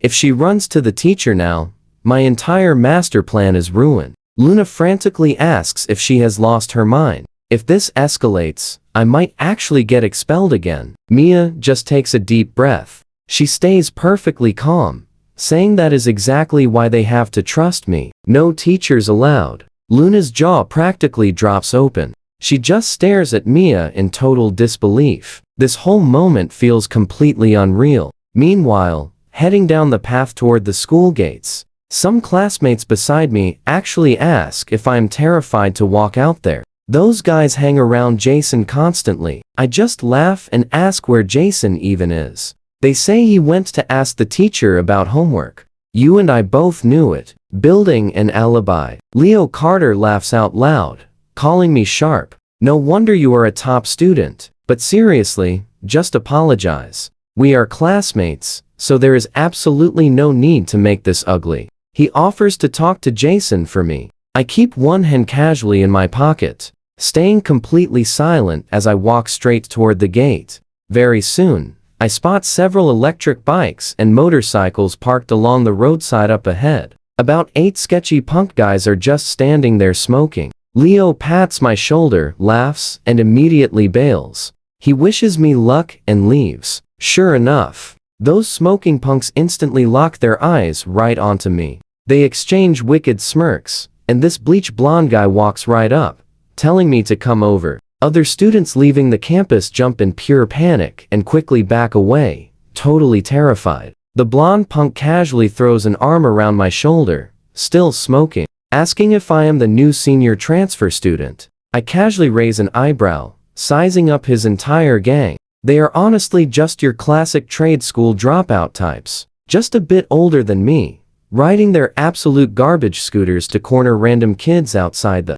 school. I honestly cannot help but laugh out loud. I ask if Jason Pierce called them here. The blonde guy just shakes his head with this cocky smirk, claiming they only want to talk. Quite honestly, an average high schooler would be completely terrified here. These guys have dyed hair, tattoos, are chain smoking, and 2 even hold metal pipes and buckets. It is definitely an intimidating scene. But trust me, for a reincarnated guy, this is pure comedy. I just laugh, asking if that is literally everyone they call. The blonde sneers, saying they are missing a few guys. Another punk immediately taunts me, demanding to know why I am acting so tough. Let's dive in. You and I are about to see absolute chaos. Near the bus stop, Kevin's cousin mutters, "Is it over there? Let's move." A massive wave of tough guys waiting by the bus stop suddenly surges toward the punks. Like a raging tsunami, the nearby students, and even the parents picking up their kids, are completely stunned. The parents immediately shield their little kids. Even the gate guard is completely dazed, shakily pulling out his phone to call up the school leadership for backup. Those punks Jason called are totally frozen. They ask, "Brother Six, is this really everybody? Just a few little kids?" You needed our entire crew for this? I expected an epic showdown, but it is just a few dropout kids trying to act tough near the gate. Brother 6, who saw my photo, just smiles. Ethan, right? Only them? I had seen Kevin's cousin's picture earlier, so I reply, I really did not expect this few. Thought there would be 15 or 20 guys. The dude who threatened to beat me up actually went to ask a teacher about homework. He is not here. Handle it however you want. Both sides are off campus, guys anyway. If anyone gets curious, just call it a random traffic dispute. Brother 6 laughs out loud. All right, head home first. He immediately circles around the punk kids. Who sent you? Hey, let us not block the gate. We will talk over there. Then dozens of huge guys haul the punks away to educate them. Now pay attention, because you and I are about to laugh. Dean Price rushes out, finding absolutely nobody. Wait, what happened? Did someone not say there was a massive fight outside? The security guard gulps. Yeah, it totally looked like a student got dragged away. Right when I went to check, a massive crowd suddenly appeared and literally pulled those punk kids right out. They went left, I think. Dean Price takes a very sharp breath and asks worriedly, did any of our own students get hurt? The guard nervously shakes his head. I do not think so. The student seemingly left. Hearing this, Dean Price finally lets out a deep sigh of relief. He immediately shoots a message right into the school's homeroom teacher group chat. Second high homeroom teachers, there were some outsiders loitering and actively fighting near the gate. Please ask your students if anyone knows anything. Check if any students got hurt. Notify me right away. Right away, every single homeroom teacher at second high starts privately messaging their students to ask about the situation. Later that night, during evening study hall, senior class 4 is absolutely buzzing. Somebody hiding by the gate snapped photos of those punks getting hauled away, and a massive crowd rushing in to scare those punks completely senseless. Damn, so badass. I thought Ethan was doomed. Who could have guessed he is the real boss? Calling in dozens of guys, all tough adults. All the classmates are excitedly discussing everything. Suddenly extremely impressed with me. Everyone used to think Jason was tough. Since sophomore year, he already gathered his crew at the school gates for epic turf fights with other classes. But you and I know the truth. That new transfer from first high is absolutely savage. Luna Knight sighs. She quietly writes a note and tosses it over to Jason. Reading it, he gets completely furious, slamming his books. Later that night, during study hall, Jason gets called into the teacher's office to forcefully write a self-criticism essay. Meanwhile, inside the study hall, someone suddenly shouts out loud, quick, look at this. That famous dropout novel from first high got posted on our forum. Hey, this username looks super familiar. He says he just transferred into second high, so all future updates will drop right here on our forum. A massive group of girls instantly gets super excited. Sophie Jenkins' eyes completely widen in pure disbelief. She turns toward Mia in the back, whispering, the mystery author claims he transferred into second high today. She instinctively glances toward the empty seat right next to Mia. She fully expects Mia to be shocked, but instead, Mia just calmly nods. Sophie blurts out in total shock, it really is Ethan Walker. The entire classroom immediately turns. The room just erupts. Ethan wrote it? Oh my gosh. Was it not supposed to be his classmate? Wait. The only transfer from first high is him. Luna simply smiles. Then it absolutely has to be him. Luna and Mia exchange a knowing look, silently confirming everything. Right then, Tina Reed quickly runs up to Luna and nervously whispers, what do we do now? Should we apologize? Even Jason could not beat him. Will Ethan send guys to jump us? Luna sighs deeply. He will not, but you should honestly still apologize. Just write a long, sincere apology letter. Tina nods immediately. She quickly grabs a notebook, tears off a page, and frantically starts writing an apology. After the first period of evening study, hall finishes. Tina nervously approaches Mia and awkwardly stammers, I am sorry. I never should have said those rude things today. She hands the letter over. Luna also looks serious, saying, I am sorry too, but I have completely made my mind up. Tina suddenly freezes. Mia looks up blankly. Luna gathers her courage and smiles. Let us compete fairly to see who can win Ethan Walker's heart.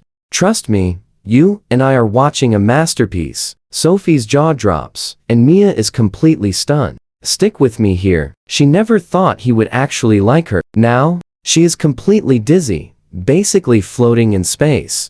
Cut to the next day. Arriving at school, our boy is already an absolute legend. Walking down that main campus path, students are whispering, throwing nervous glances his way, but nobody dares to say hi directly. Heading into the cafeteria, he unexpectedly bumps straight into Leo Carter. Leo gulps hard. Biggie, my bad. I swear I am not even remotely close to Jason, honestly. I tried stopping him yesterday, but he ignored me. Leo obviously heard the entire situation. Those thugs Jason called yesterday did not teach him a lesson. Nope, they got absolutely wrecked themselves. He just laughs. That is not what you claimed yesterday. Afterwards, Leo keeps calling him boss, hyping up his new novel like a total fanboy. Are there dark mages or spirits in that spaceship? Ethan thinks, man, this dude is seriously something. What anime spirits is he talking about? Ethan ignores it. Back inside class, students instantly swarm him. Alright, fine, I will confess. I wrote the novel. He laughs out loud, heading straight to his desk. The exact second he sits, he is totally surprised. There is a fresh plate of fried noodles and sweet milk waiting right there. He pokes Sophie sitting ahead. Who dropped this off? Sophie casually glances toward the empty English rep desk. Luna probably bought that. Just then, Mia walks in, carrying some breakfast and a stack of textbooks. When she sits, he smoothly hands over the mystery noodles and milk, swapping them for her food. He flashes a cheeky smile. Let us trade. Mia frowns, asking why. He deadpans with a totally serious face. Yours just smells way better to me. Mia freezes up completely. She has absolutely zero clue why hers would smell better, but sighs. Oh, well, it is all noodles anyway. Whatever. Do not waste the milk. Drink up. He boldly lifts the milk right to her lips. She gives him a strange look. Then her eyes widen. You're avoiding paying me back? We both know what she is thinking here. Her deskmate is absolutely trying to steal her entire fortune. Why else butter her up this early? He bursts into laughter. Miss Bell, am I seriously that awful? Sure, I am no saint, but I would never scam you of all people. Relax, I will pay you back. Just not today. Mia fiercely pouts. That is my holiday cash and monthly allowance. So how about this deal? I will cover your food for now. Later, I pay back with interest. Mia frowns. Seriously? Like this? Just swipe my meal card from now on. I will set up a family account online and load some daily pocket money there too. Is 3,000 enough? Mia shakes her head. Too much. 600 is fine. He rolls his eyes. No way. You must spend 1,000. If you fail to spend it all, you lose. Girls gotta learn how to spend. Miss Bell, you are seriously way too thrifty. He instantly sets up the family account online, locking the limit to 1,000 monthly. Mia just murmurs a blank, confused. Oh, I will try then. This cute rich girl is honestly cracking him up. Right then, Miss Lambert calls Jason and Ethan outside the classroom. Everyone else secretly peeks from the corners of their eyes. Out in the hallway by the back doors, Miss Lambert looks incredibly stern. You guys know why you are here, right? Ethan smiles warmly. Teacher, I seriously did not fight. Yesterday was just my cousin's birthday party. If you doubt me, just ask Jason. We are absolute best buds. Why would we ever fight? Let's pause for a second. Jason is completely frozen. Best buds? Miss Lambert glares at Jason. Explain yourself. Jason's mouth drops open. He struggles heavily for a super long time, panicking inside, and only manages to squeeze out a single, pathetic, yes. Yeah. Miss Lambert is completely exasperated and laughs. Best buds, huh? Alright then, How about I arrange for you to sit together? The exact moment she suggests this, both guys instantly yell out, "No way." Miss Lambert crosses her arms helplessly. Aren't you besties? Why refuse? Ethan flashes a big smile, mostly because it would totally ruin our intense studies. Sitting together means we would definitely chat nonstop during class. Miss Lambert stares closely and realizes Ethan seriously does not look beaten up at all. As for Jason, no need to say anything. Yesterday, Jason apparently refused to leave the math teacher's office, forced to grind through a brutal test paper all afternoon. He definitely was not fighting anywhere. Fine. I will not call your parents yet, but Ethan Walker, and you too, Jason. If I ever hear about you guys clashing or calling in outside thugs, do not even bother explaining. Just march straight down to the dean's office and explain everything there. Understood? He smirks lightly. Got it, Miss Lambert. By the way, that big English-speaking contest you mentioned? I want to sign up. Miss Lambert takes a very deep breath and waves Jason away. Head back inside. Then she pulls Ethan aside, whispering privately, "Be honest, has Jason been bullying you inside class? Did he violently force you to stay quiet today?" Ethan snitches like a stone-cold spy, exposing everything. That is where we leave it. Trust me, seeing the teacher completely dumbfounded is absolutely priceless. Alright, let's jump right into this. This is true friendship. Before heading back to class, I make sure to coach her on handling the school leaders. Just tell them those guys from yesterday were celebrating my cousin's birthday and simply happened to walk by the school gate. Miss Lambert completely cracks up. I smoothly add, "Hey, teacher, you look absolutely gorgeous whenever you smile." Miss Lambert can't handle my smooth talking. She playfully kicks at me and laughs. "Hurry up and get back to morning reading, you goofball." My sweet talk totally works. She completely drops the whole issue between us. Standing up on the podium, Miss Lambert announces, "Tomorrow is the big for school joint mock exam. I will hand out exam ID cards this afternoon, so keep them safe. Also, regarding the English speaking contest, only 3 students signed up, so there is 0 need for tryouts. Ethan Walker, Knight, Sophie Jenkins, you 3 can start preparing all by yourselves. Oh, and for the big New Year talent show, every single class needs at least 2 performances. Got an act ready? Register with the arts rep." Meanwhile, over at First High, the entire classroom is in an absolute uproar. Did you guys hear? That epic novel updating on the First High forum a while back is now actively updating on the Second High forum. Rumor has it a transfer student wrote it. I asked a Second High kid, and they claim it sounds exactly like a senior year transfer. No way. Could it actually be Ethan Walker who wrote that? Now pay attention here. The gossip instantly cuts off because Vice Principal Grant is standing right at the back door. Hearing all this chatter, he frowns hard and asks, "Who exactly reposted that First High novel to Second High?" The whole class freezes, completely dumbfounded, just staring at each other. Vice Principal Grant keeps a super stern face. Where is the class president? Chris Bennett stands up. He forces a bitter smile. "Principal, I seriously have no clue. I don't even know the author." Vice Principal Grant counters in shock. "You do not know?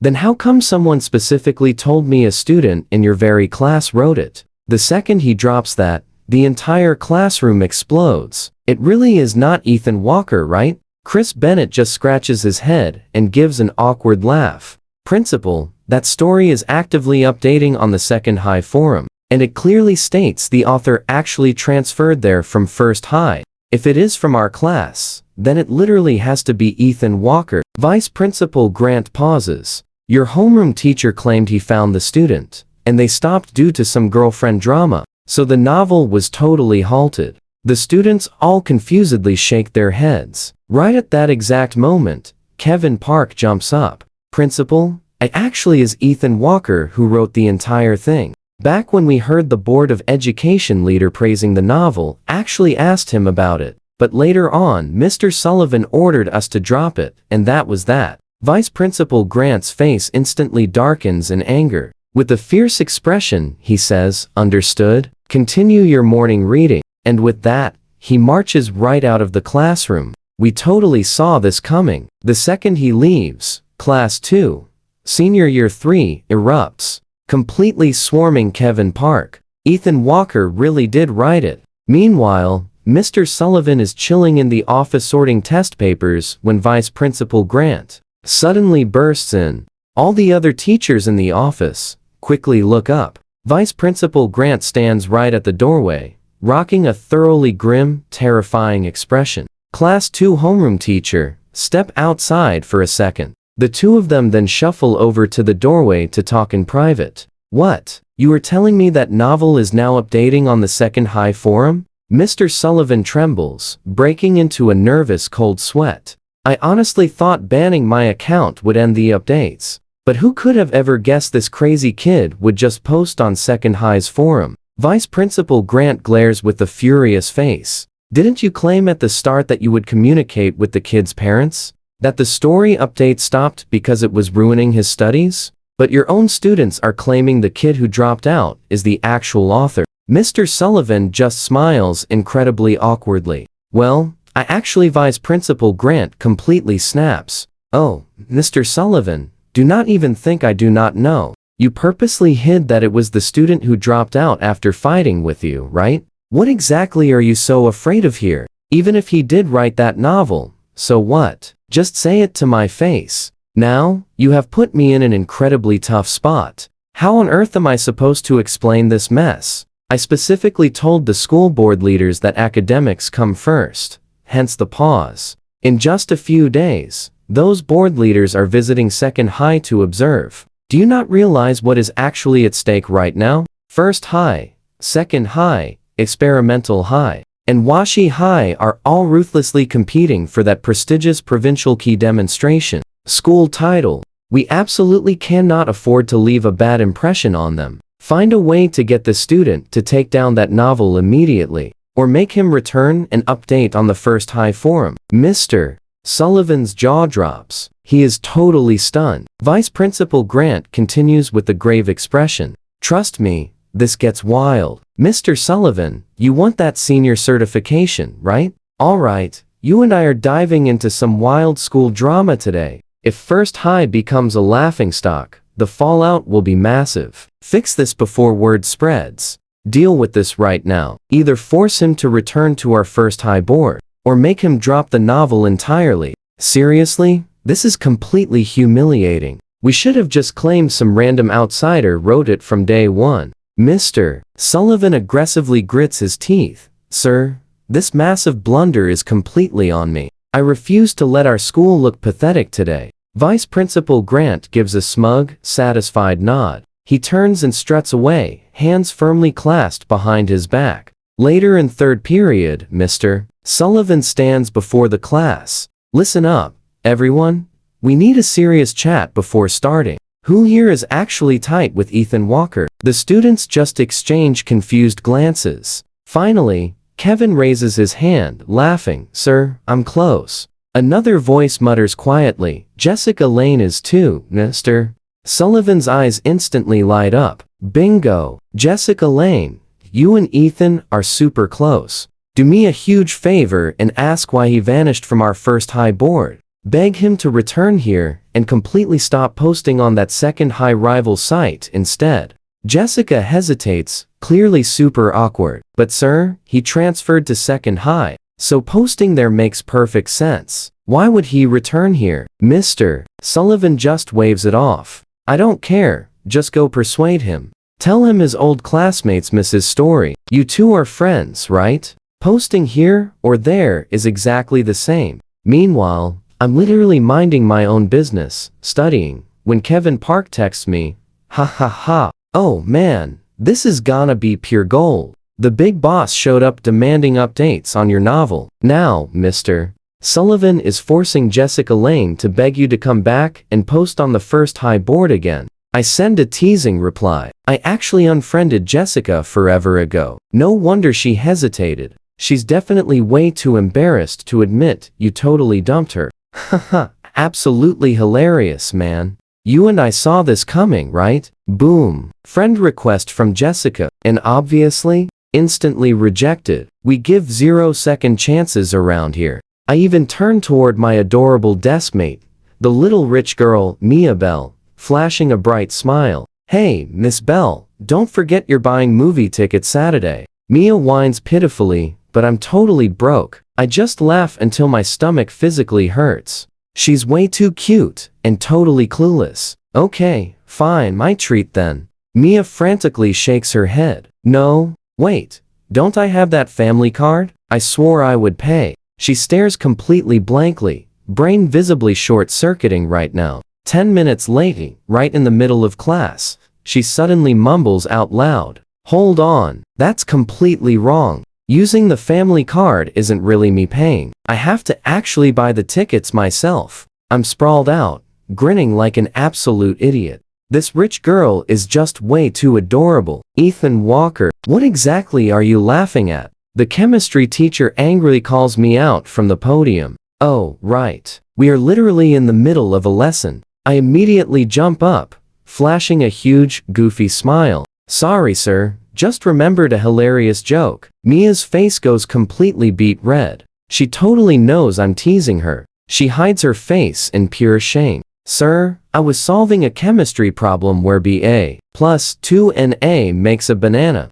I thought I unlocked a secret code. The second I say that, the entire classroom just bursts into massive laughter. The teacher groans. Focus on the actual lesson. Save your goofy jokes for your free time. Finally, the glorious lunch bell rings. Let's pause right here. You and I know Luna absolutely loves drama. She sprints over immediately. Did you seriously reject her request? I freeze, then quickly catch on. Wait, Jessica Lane actually messaged you? Luna clicks her tongue, laughing loudly. Wow, you're freezing cold. She desperately needs to talk. Just add her. I shoot back with ice in my voice. Hard pass. Come on, Miss Bell, let's go grab some lunch. Oh, Mia mutters, quietly trailing right behind me. Luna just stands there completely stunned. Nobody has ever brutally ignored her like this before. Tina Reed strolls over with a sly smile. Let it go, girl. He's probably just into that innocent, cute vibe. Waiting in the cafeteria line, trying to pick food, I glance over. The little rich girl is staring at me, her big eyes suddenly looking super teary and misty. Hey, what's wrong? Did somebody mess with you? I look at Sophie beside her, half amused and half totally exasperated. Why the sudden waterworks? Sophie just helplessly shakes her head. Mia mumbles softly, looking incredibly guilty. Is your ex from First High really pretty? I absolutely burst out laughing. Wait a minute, are you actually jealous? She bites her lip, staying totally silent, but staring with pure, earnest curiosity. The three of us grab a quiet corner table to eat and just chat. So, are you actually entering the talent show? Mia watches me with curious eyes. I stay quiet for a hot second, then just flash a confident grin. Maybe yes.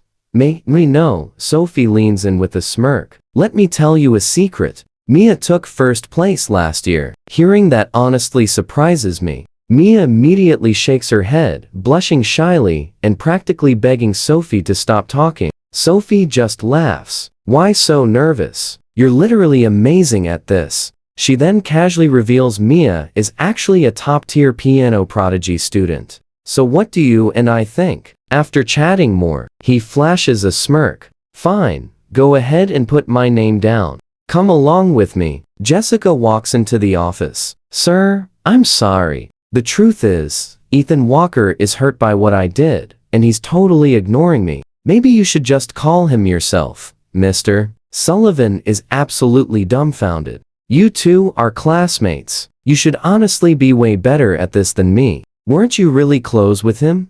Jessica blushes hard and whispers, Sir, that was in the past, Mr. Sullivan earnestly tries to coax her. Listen, guys are actually super easy to win over. Just go up to him and say some sweet things. See how that works out. Treat him to a nice meal, and I'll happily cover the bill. I definitely bear some responsibility for Ethan Walker leaving our school. I really didn't handle the situation well earlier. Jessica counters with a slight hint of grievance. Sir, then why don't you just call Ethan Walker yourself? Just talk to him directly, mister. Sullivan totally freezes. His mouth opens slightly, desperately wanting to say something, but he just can't. Jessica suddenly gathers all her courage. Sir, is it simply because you cannot swallow your pride? Mr. Sullivan's face instantly darkens. Do not talk nonsense. You can go back to class now. Jessica quickly responds. Okay, I will head back. Watch closely. The moment Jessica leaves, Mr. Sullivan instantly regrets it. He smacks his forehead. This is bad, Mr. Sullivan grits his teeth. He pulls up the student contact list on his computer and stares at the phone numbers. But he just cannot bring himself to press that call button. After hesitating constantly, he finally just calls in my old desk mate, Kevin Park. Kevin walks right into the office and stands perfectly at attention. Mr. Sullivan forces a smile. You used to be Ethan Walker's desk mate. You two should definitely be on good terms. See if you can tell him to stop writing his novel on the Second High forum and come back to update on First High. Or maybe we can just wait until after the Gaokao to continue. Mr. Sullivan smiles shamelessly. I am mainly worried it's affecting his studies. Kevin asks, knowing full well, sir, he has already transferred. Are you seriously still worried about his grades? And wouldn't writing on the First High forum affect his studies exactly the same way? Mr. Sullivan clears his throat. It is definitely very different. Just see if you can help me communicate with Ethan Walker. Kevin tightly presses his lips. Sir, and try, but Mr. Sullivan's eyes light right up. But what? Tell me. Kevin deliberately scratches his head and smiles. I still owe him money, making it awkward to reach out. Mr. Sullivan replies, that is no big deal. How much do you owe him? I will cover it. Kevin asks in disbelief. Really? You and I both know why. Sullivan agrees. This is pure face, needed for that senior teacher application stamp. He smiles generously. Of course. Besides, I'm asking you a favor too. How much do you owe? Kevin looks down and rubs his nose, smiling. Not much, really. Just 400 yuan, mister. Sullivan intensely grits his teeth. Fine, I will cover the 400. You talk to Ethan Walker and tell him it is absolutely best that we wait until after the Gaokao to continue the novel. Even though he transferred, as his teacher, I'm worried he will ruin the Gaokao. After all, it is a major life event. Kevin holds back a laugh. Sir, it's possible, but I cannot guarantee anything. Forget it. I'll just pay him back when I get money myself, mister. Sullivan immediately whips out his phone with a very generous smile. Here, let me scan your code. Just help me properly persuade him. You do not have to pay this back, but you must put real effort into it. Really, this is seriously hurting his studies. Kevin grins widely. Sir, be really sure I don't have to pay you back? Mr. Sullivan simply smiles. No need. I'm a man of my word. All right then.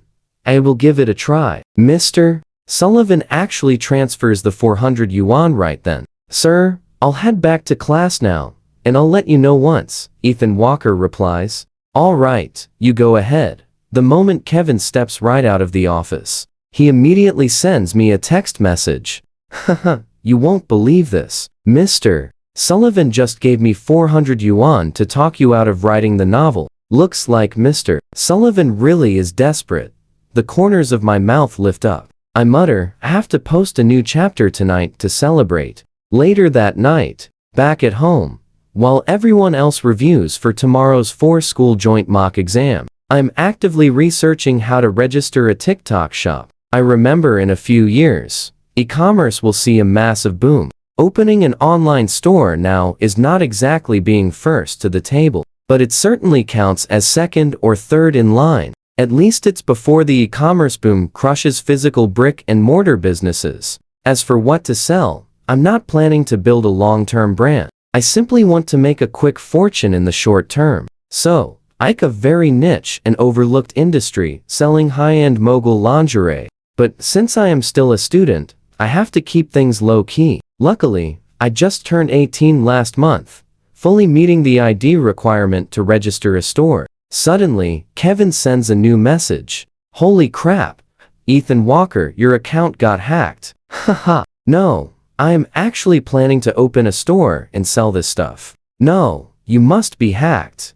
You and I completely get his shock. To Kevin, I'm the ultimate straight-laced guy and a top science student. Trust me, you and I are diving into pure chaos. He never imagined I'd send him mogul lingerie pictures to sell. The truth is, I really don't have many close friends right now. Anyway, so, Kevin gets the lingerie photos to help pick samples. By 10 p.m., I finalize everything, upload the product shots, crush some test papers, and finally pass out. Early the next morning, I stroll right into class. The proctor arrives. Leo Carter flashes me a grin. Hey, Biggie, how is your Chinese? Decent. Barring any wild surprises, I should rank first. Leo laughs, giving a thumbs up. Killer. Suddenly, a familiar voice cuts through. Top of the grade? Just don't let me catch you cheating. I look up and absolutely freeze. The proctor? It is Dean Hall from First High.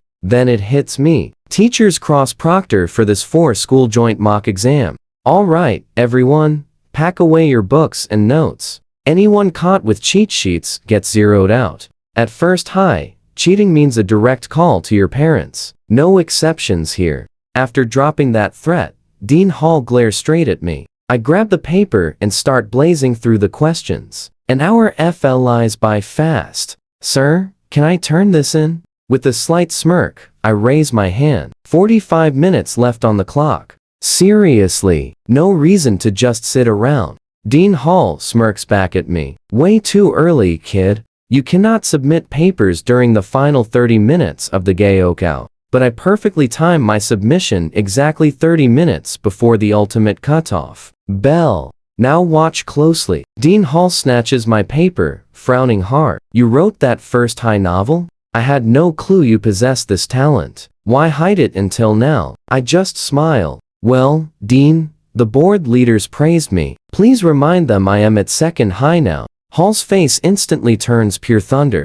Getting cocky over a few compliments? Listen to me. Only the Gaokao actually matters here. You waste all day on useless garbage. I nod slowly. You are totally right. If we are done, I will head out to write some chapters. The board leaders might be waiting for an update, right? Dean Hall is boiling with rage. Talk about rubbing salt in. As soon as I leave, he texts Mr. Sullivan. This student of yours will be my absolute end. Writing some trashy novel and acting like a superstar. Fix this. Sullivan replies, Dean, wait. You and I know what is next. Let us host a massive creative writing contest. With thousands of First High students, somebody can outshine him. Once a kid writes better than him, a little problem is solved.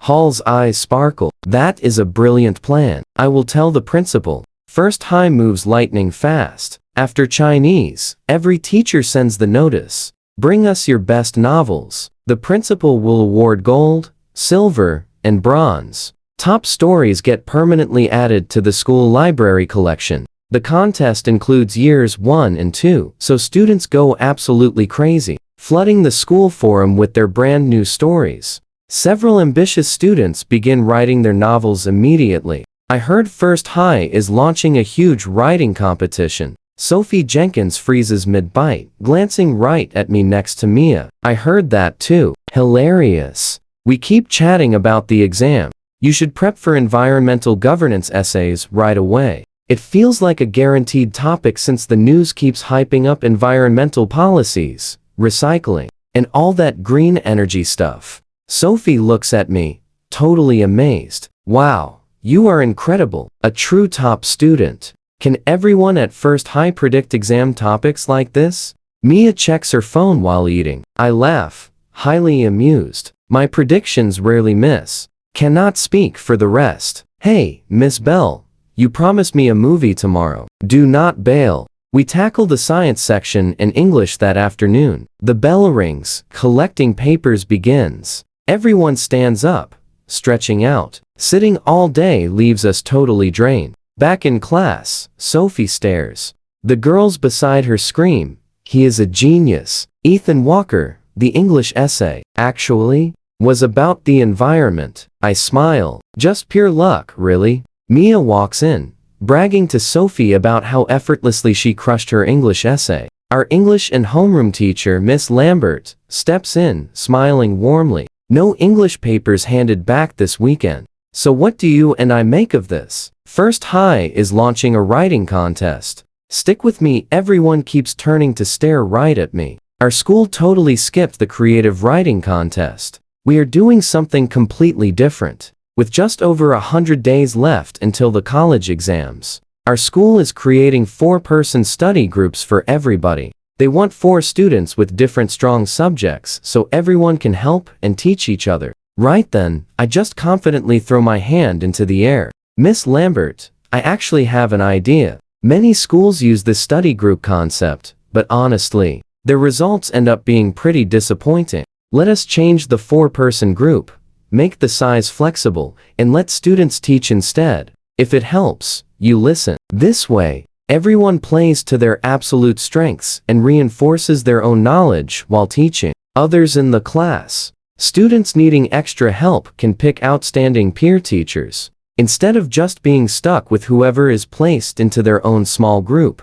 Instantly, multiple classmates nod in total agreement. No wonder he is a top student. He absolutely nailed it. Friday afternoon dismissal is totally filled with happy laughter. The weekend vibe is absolutely great. But watch closely, this next part totally shocked me. The wealthy girl Mia actually takes the public bus home today. No wonder everyone was totally dumbfounded after graduation. Nobody knew her family was incredibly rich. Just like that, it is Saturday. I arranged to meet Mia at Wanda Plaza around 2 p.m. For this epic first date, I prepare very thoroughly. I grab 2 milk teas and a delicate little bracelet for her. Soon enough, I spot a very familiar figure walking toward me from a distance.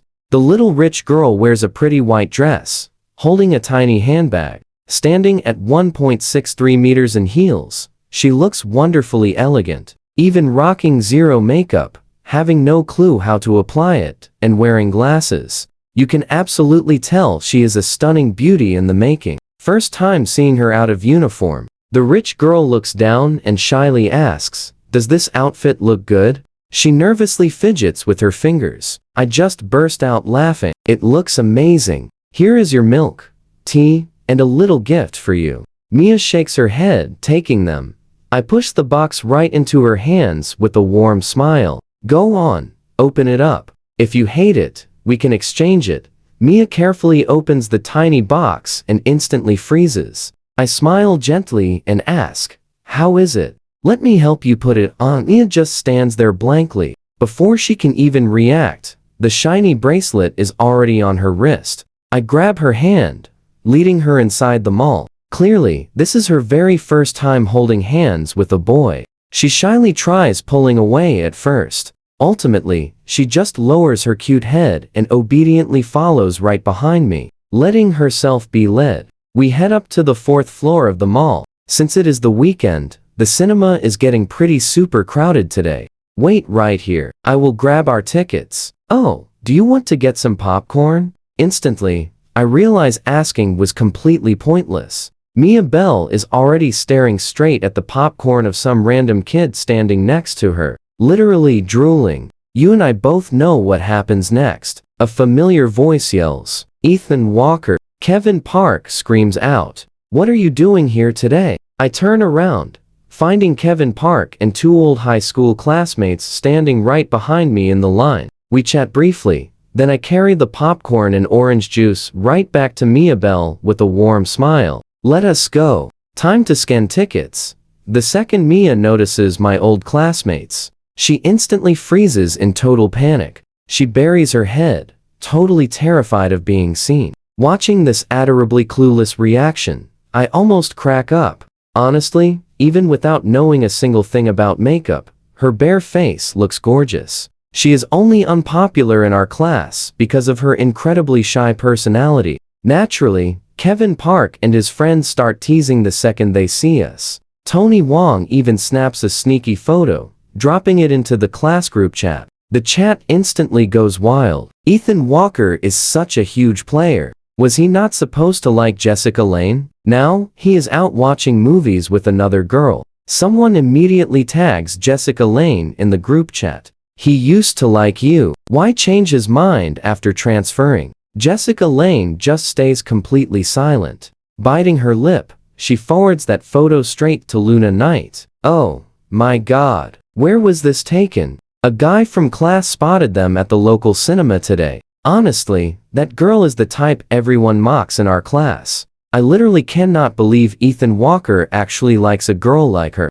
Luna then proceeds to tell Jessica absolutely everything about Mia and me. Meanwhile, Mia and I are sitting quietly in a dark theater corner. I lean close, whispering right into her ear. Is this your first time watching a movie with a boy? Mia just gives a blank nod. She happily munches the popcorn. This tastes really good. Her total cluelessness genuinely cracks me up. Why never before? Did nobody ask you out? Or did your strict family not allow it? Mia hesitates, then silently mouths her sad little answer. Not allowed. So you snuck out today? Mia nods rapidly, like a tiny bird pecking grain. She even makes a very deliberate little shushing gesture.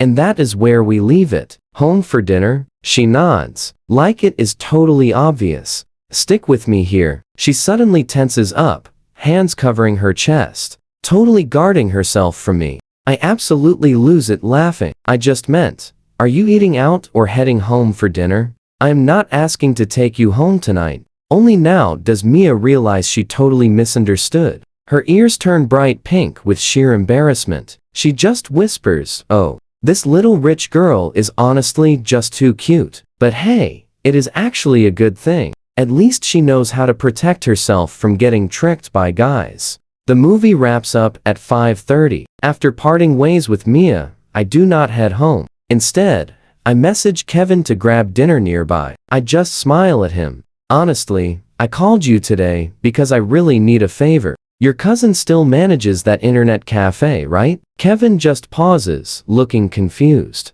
Wait, do you need backup again? Who exactly did you tick off this time? I just shake my head, smiling. No, zero fights. I want to hire people to buy things from my online store to boost my sales numbers. I explain all the commissions and rules, and the entire weekend flashes by. Kevin moves lightning fast, bringing in over 30 people immediately. I stay busy from 3 in the afternoon until 7 at night, completely exhausted to the point of pure dizziness. Now watch this. Right before I take a break, the class chat completely explodes. It's a message from Miss Lambert. Class, Jason Pierce's grandmother was hospitalized, and his dad was in a bad car accident last week. Their entire family is in a really tough financial situation right now. I hope everyone can lend a helping hand to Jason. Next week, the class president and I will go visit his grandmother at the local hospital. I pause for a brief moment. Then an idea strikes me. Better to teach a guy to fish than to just give him one. A simple donation will not add up to much, but if he helps me work, he can actually earn real money. So, I grab Jason's number from the teacher and call him to learn about his situation, explaining exactly how he can make good money on the side. After hearing my plan, Jason is completely won over. He wants to jump into the business with me immediately. The next morning is all about reviewing the massive joint mock exam papers. After lunch, someone suddenly taps me on the shoulder. I look up and find Mr. Ross, our Chinese teacher, standing right at the classroom door, smiling. The big joint mock exam results are out, and you completely nailed it. Second High only has 2 perfect score essays in total, and one of them is yours. Plus, you ranked 4th in Chinese. My eyes immediately light up. Not bad at all. But what happens if I did not grab the top spot?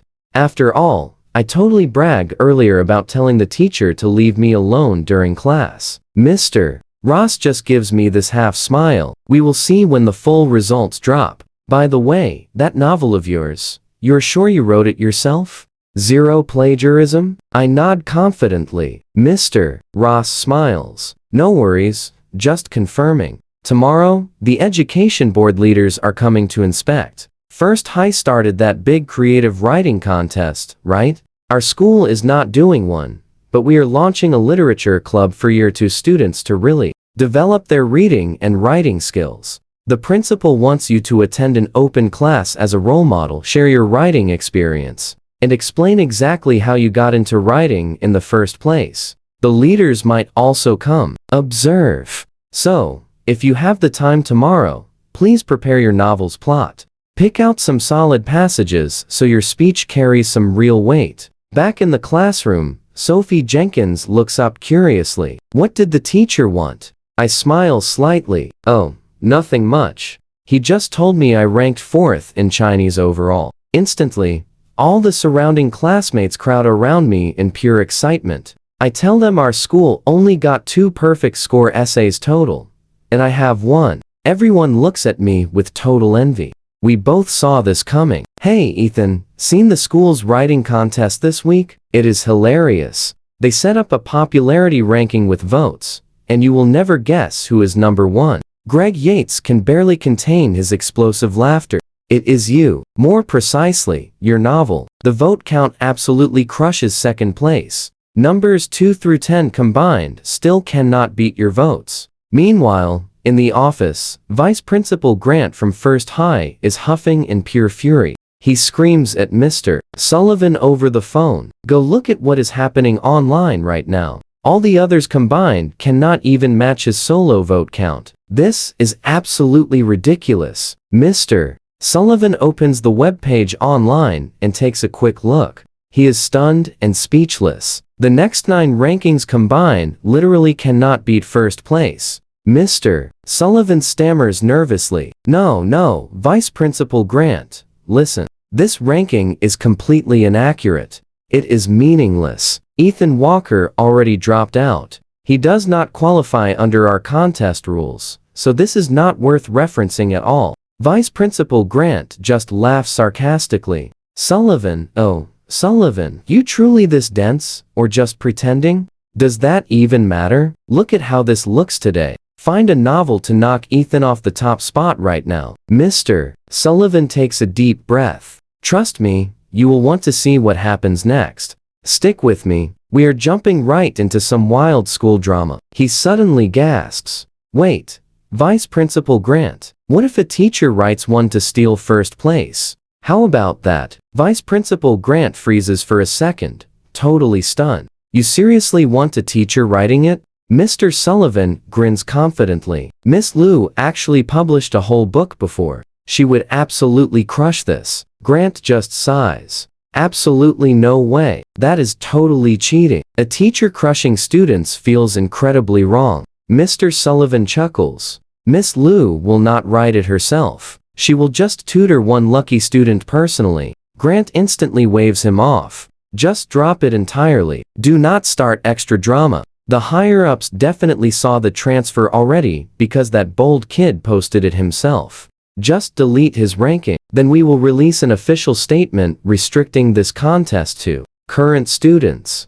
I log into the First High forum to check, smiling in pure amazement. Wow, it is totally true. Let me try dropping a quick comment here. But right as I type one sentence and press enter, an error pops up. The whole post vanished. Greg Yates stops right beside me. No way, show me that. Holy cow, they actually deleted it. I chuckle quietly. Well, obviously they took it down. Since my masterpiece made their precious list, it completely ruins their silly rules. Just then, somebody screams with pure excitement right at the classroom entrance. Watch closely now. The giant mock exam rankings just dropped, and eager students sprint outside. Our teachers will distribute the exact same score sheets during class regardless. Why sprint over there, right, Miss Bell? I slowly turn toward Mia Bell. She nods super fast, yet still drags Sophie Jenkins through the massive crowd to check her grades.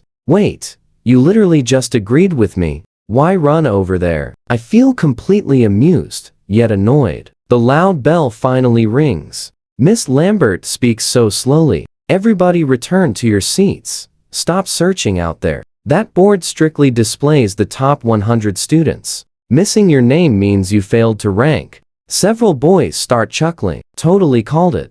No wonder my name was missing. When the whole class finally sits down, Miss Lambert beams brightly at the front. Come grab your score sheets. When called, Ethan Walker gets 136 points. Class first, grade third. Luna Knight gets 136 points. She tied for class first, and also tied for grade third. Truly a first high genius, snatching rank 1 the moment he transfers. The whole class stares at me with absolute, pure jealousy. Those were only the English results. Every other subject teacher will deliver your scores during class. However, being your homeroom teacher, I brought an epic surprise. The absolute highest Chinese score in the entire grade belongs to our class. Everyone instantly goes totally wild. Sophie Jenkins turns around to face me. I casually wave my hand. Not me, I placed fourth. But 1 second later, Miss Lambert just smiles. I know you guessed this. Ethan Walker. Every student instantly whips around staring. Did he not just claim fourth? A couple classmates definitely heard my earlier whisper. Miss Lambert looks incredibly confused by this. Who exactly claimed he ranked fourth overall? A classmate chuckles. The Chinese teacher dropped by earlier and said, fourth. Miss Lambert corrects them in a heartbeat. He is the absolute number one. Massive applause instantly erupts. Even Mia Bell stares at me with deep admiration. I scratch my nose, grinning. Just lucky. Cannot really admit I took this test before in my past life, right? Miss Lambert keeps smiling. Alright, class. When your Chinese teacher arrives next period, he will personally review Ethan Walker's absolutely flawless perfect score essay with you. Meanwhile, back inside a first high classroom, their Chinese teacher passes out exams. Students, grabbing their papers, instantly start gossiping and loudly chattering.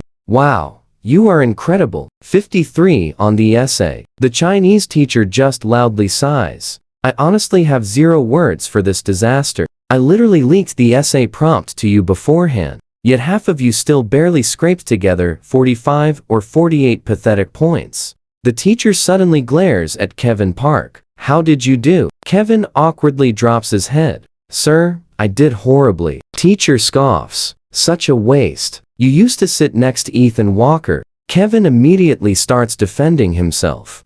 But Ethan Walker was always terrible at Chinese. Miss Liu, the teacher, smoothly claps back. Honestly, since he transferred, tracking his scores was pointless. But that kid is just genuinely believably impressive. He secured 4th place in Chinese across all 4 schools, plus a flawless, perfect score on his essay. Kevin sits there completely paralyzed. No way, Miss Liu. I swear, Ethan Walker absolutely sucked at Chinese before. Did he literally hack the second high grading system or something? Crazy? Miss Liu rolls her eyes, chuckling. Perhaps he actually grinds much harder at second high now. Kevin feels totally amused, but super annoyed. Hard work? Yeah, absolute garbage. That guy literally spams group chats, runs a secret shop selling mogul lingerie, and casually takes cute girls on romantic movie dates. When the final bell rings, I stand near my chair,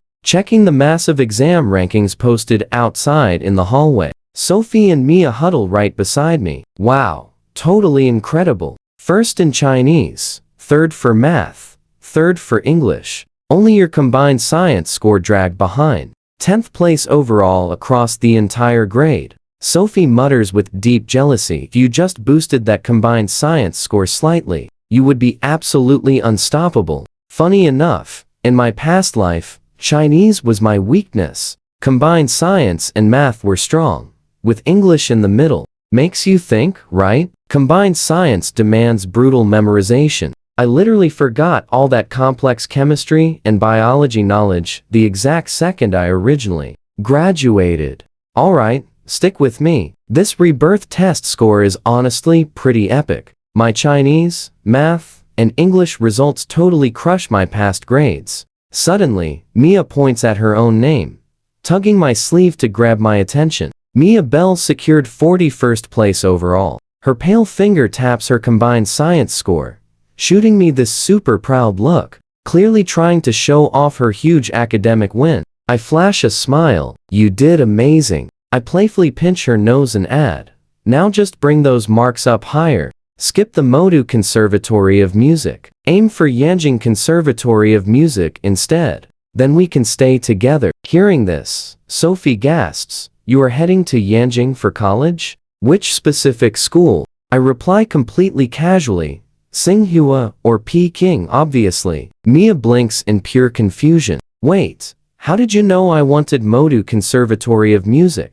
Thanks to my past life memories. I know for a pure fact this wealthy girl chose the Modu Conservatory of Music, even though it is a legendary national art school. As a reborn guy, I am gunning for absolute top-tier universities, simply because the degree, the elite networking, and future growth are completely unmatched. Plus, the Gaokao exam is my biggest advantage right now. Once that exam finishes, my edge fades away. During college, I can totally use my incredible future knowledge to launch massive new business ventures. Once this golden window closes, flipping my destiny gets infinitely harder. So, every single day right now is absolutely critical for me. Writing web novels seemed like the safest route, knowing exactly which crazy stories become massive hits later. But honestly, purely running on memory, perfectly recreating those epic classics might be completely impossible. Now pay attention. With that rich girl's cash,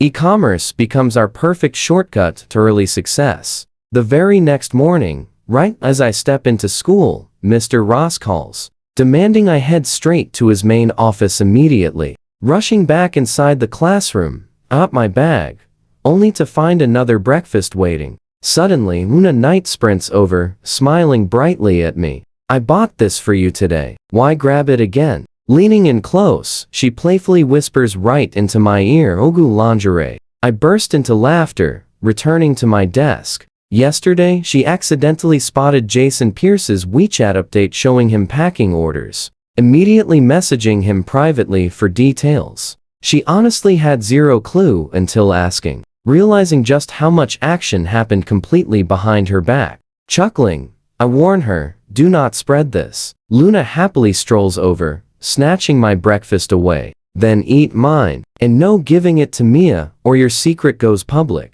Raising an eyebrow, ease her.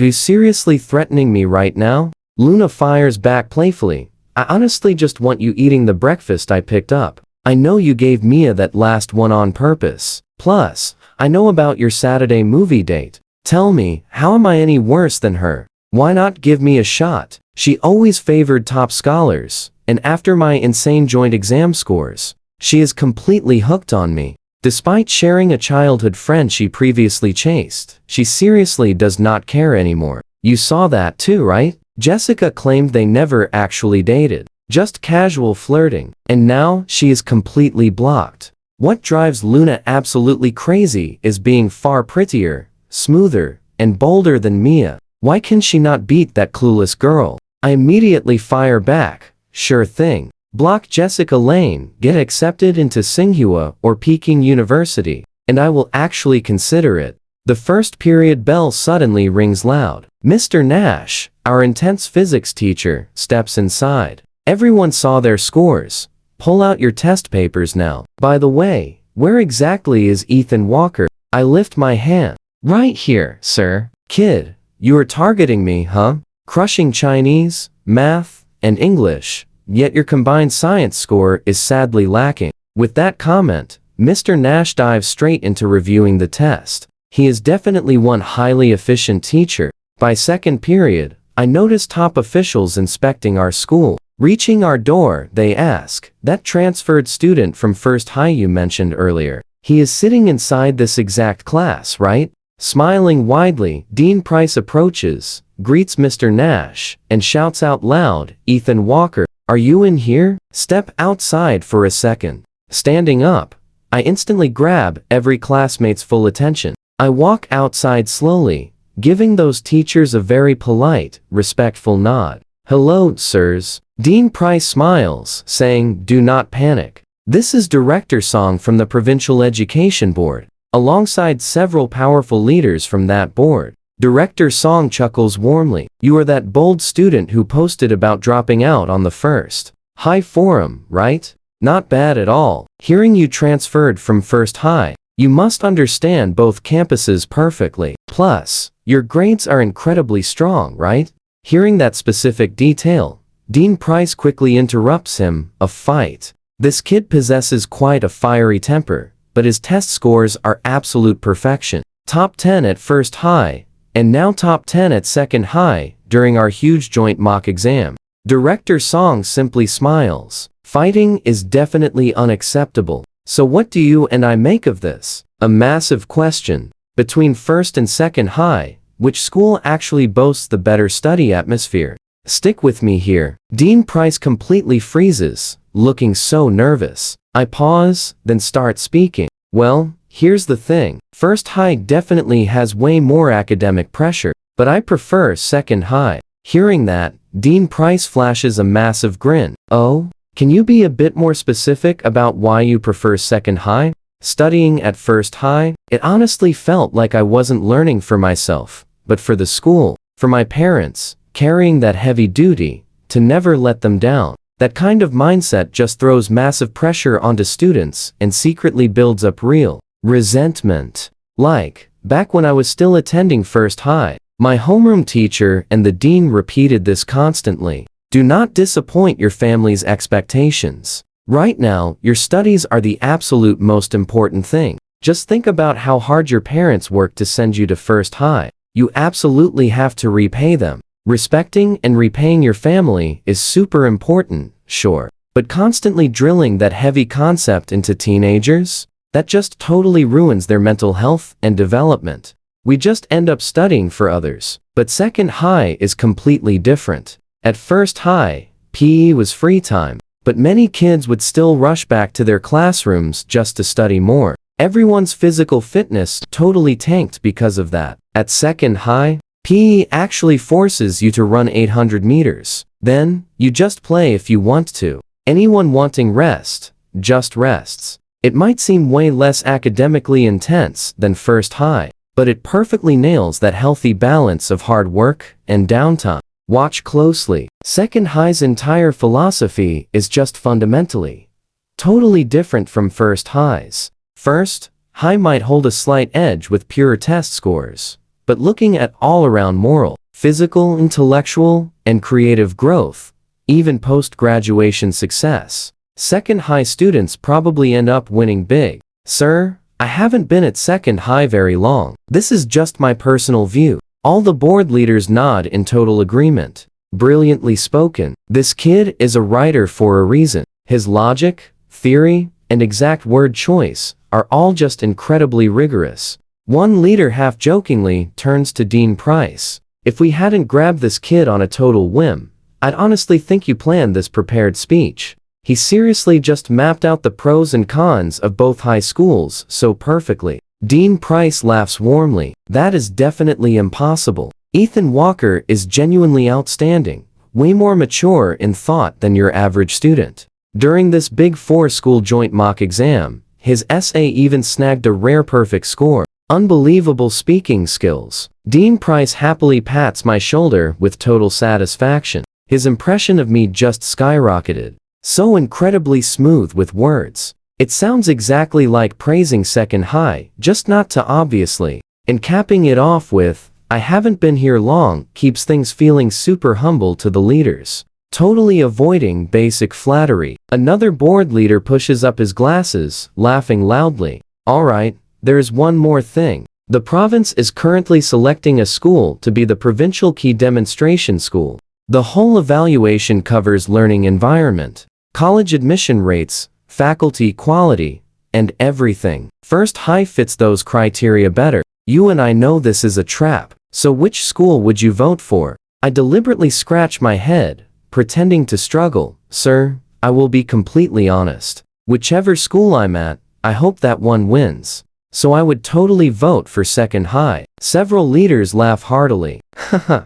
fair enough. Everyone obviously wants their alma mater to win. Right then, I summon all my courage. Sir, can I grab a photo with you all? The truth is, I am a bit vain. I want to brag to others that big leaders chatted with me. The board leaders are completely cracked up by this kid's honesty. This kid is just too funny. We aren't celebrities, What is there to brag about? I explain innocently, but I honestly think being an education board leader is incredibly impressive. The leaders find him quite endearing after that. Plus, he hypes them up like actual celebrities. A photo to brag about? They laugh warmly. Fine, we'll take one. By the way, kid, your novel is very well written too. Keep at it. Just aim to become a great writer one day. I immediately snap a couple photos with them and proudly post it right to my WeChat moments. So epic. The education leaders actually praised me and even asked my opinion on first high versus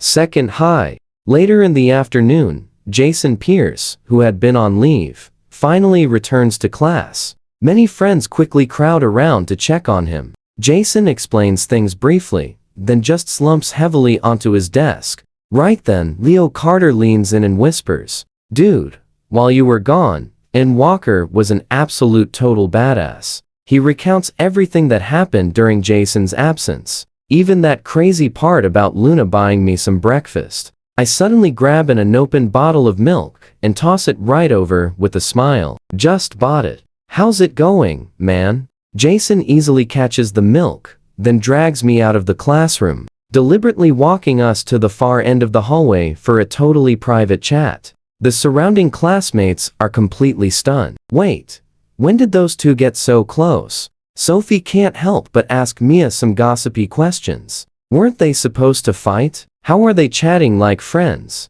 You and I have to see what happens next. Let's jump right in. Even Luna is completely stunned to see those two actually laughing together. Tons of actual customers are showing up. We hit 36 orders just yesterday. We chat about the shop's success, and I playfully pat his shoulder. By the way, you really need to hurry and ask Luna out before she completely annoys me. Jason lowers his head with an awkward laugh. He says, it is not like he has not tried. He complains she only likes super smart guys with perfect grades. Exactly like me. Hearing that, I just give him a slight, knowing smile. Just get better grades than her, then she might actually chase you instead. Poor Jason. Seriously cannot even imagine Luna chasing after him. I explain. Winning Luna over is easy. Chasing her is just the wrong move. You must become impressive enough that she admires you. Later at lunch, I open up WeChat moments and instantly burst out laughing.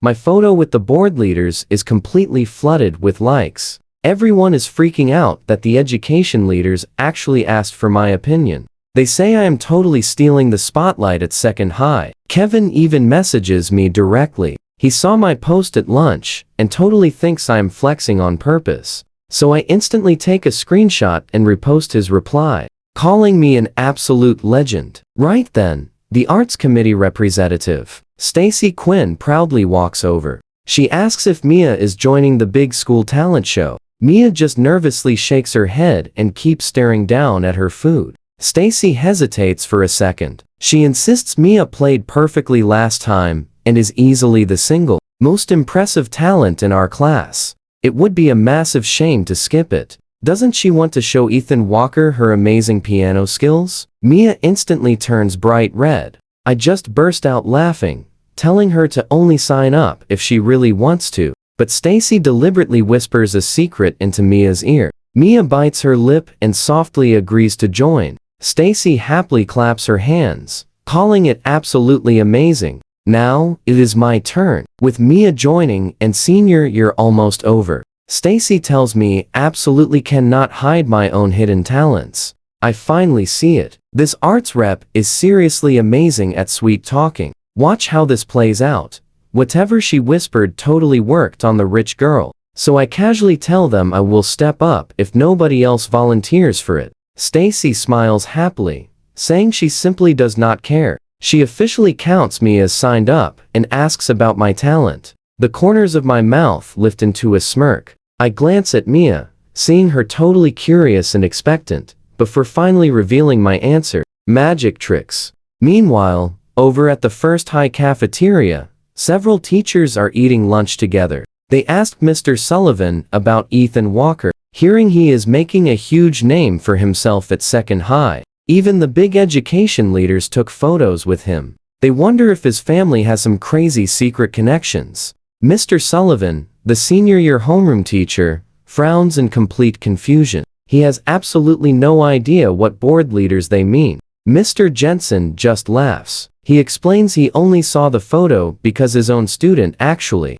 reposted the whole thing. Mr. Sullivan finally checks my WeChat post and is completely stunned, speechless. He mutters that he seriously never knew the kid had this kind of connection. His heart instantly sinks. Is this entire crazy situation going to blow up? Now here is where things get wild. He hurriedly finishes eating, asks for the photo, and rushes away. The moment he leaves the cafeteria, the remaining teachers instantly start gossiping about the drama. They heard Ethan Walker actually dropped out after fighting with him. If he really has connections, Sullivan's teacher application is in serious trouble. Do you guys seriously not know the story? Before they finish gossiping about the fight, Mr. Sullivan anxiously arrives directly at the dean's office.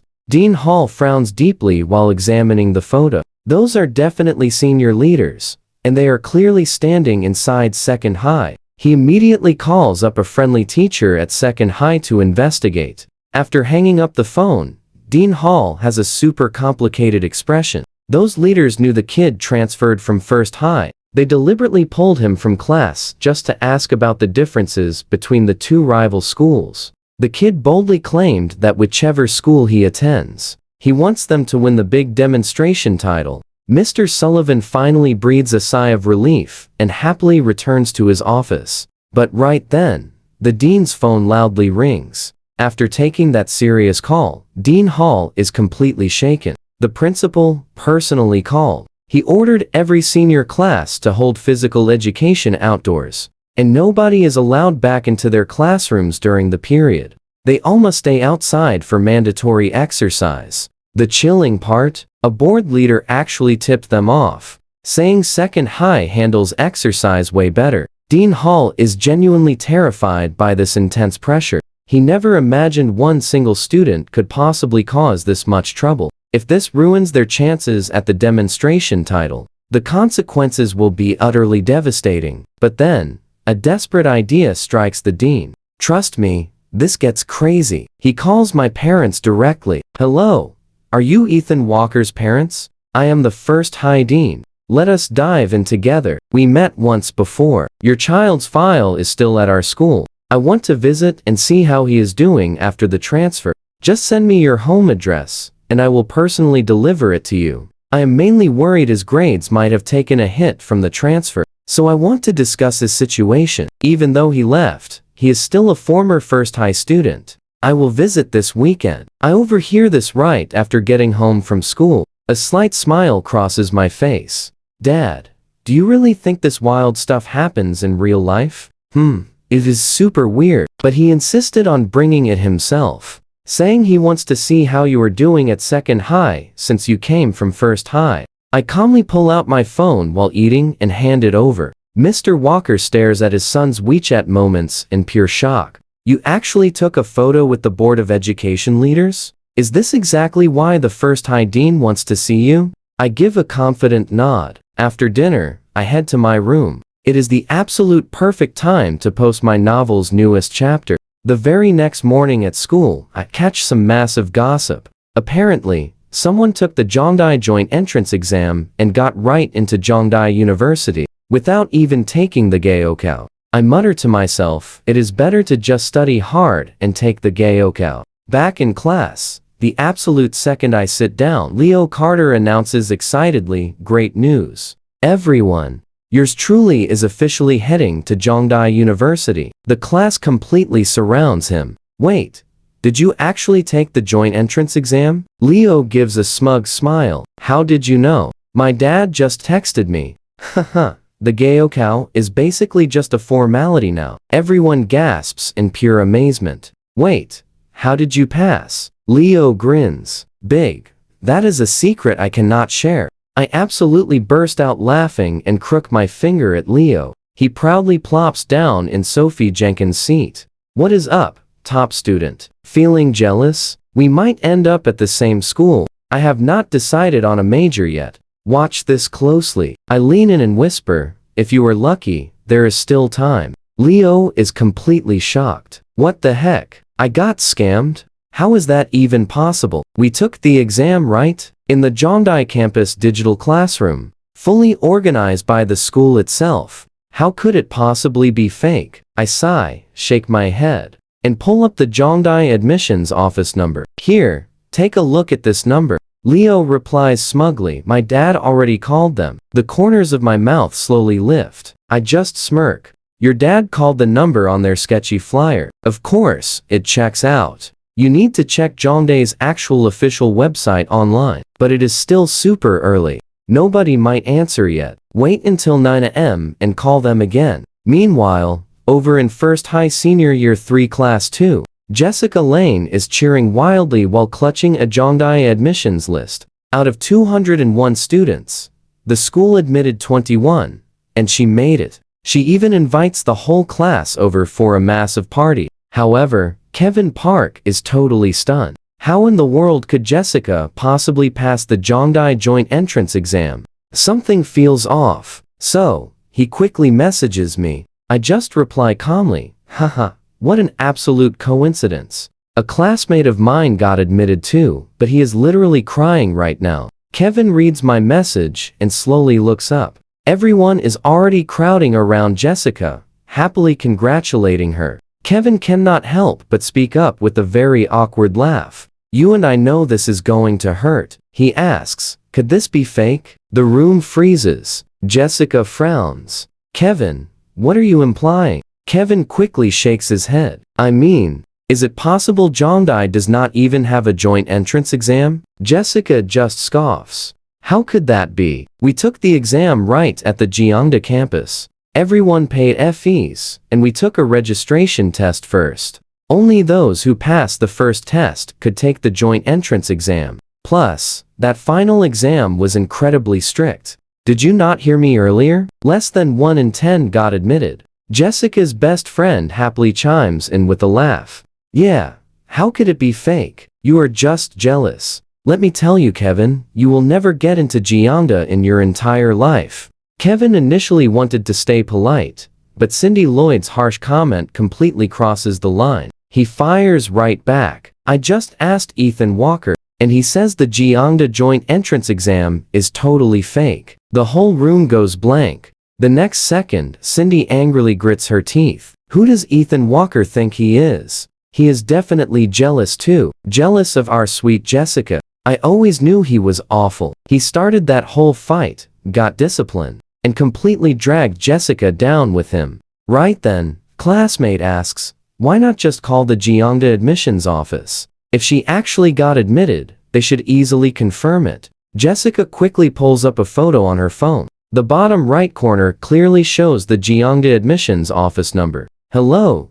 This the Gyeongda admissions office? The entire class listens nervously. Yes, this is the Gyeongda admissions office. How can I help you today? Cindy urgently speaks up. I want to ask, did your school hold a joint entrance exam? An early test for admission without taking the Gaokao? The voice smiles politely. Yes, we had that, but spots are limited, and it is over. Trust me, you and I are about to witness chaos. Jump in with me. The room explodes. Cindy and Jessica mock Kevin, saying he and Ethan Walker are just jealous. You failed, so you claim ours is fake. Kevin frowns, confused. Wait, Ethan Walker specifically said it was a scam, so why did that phone call confirm everything? Kevin squints. Something feels totally wrong. He quickly searches the real Gyeongda admissions number online and dials it during recess. The person on the line drops a bomb.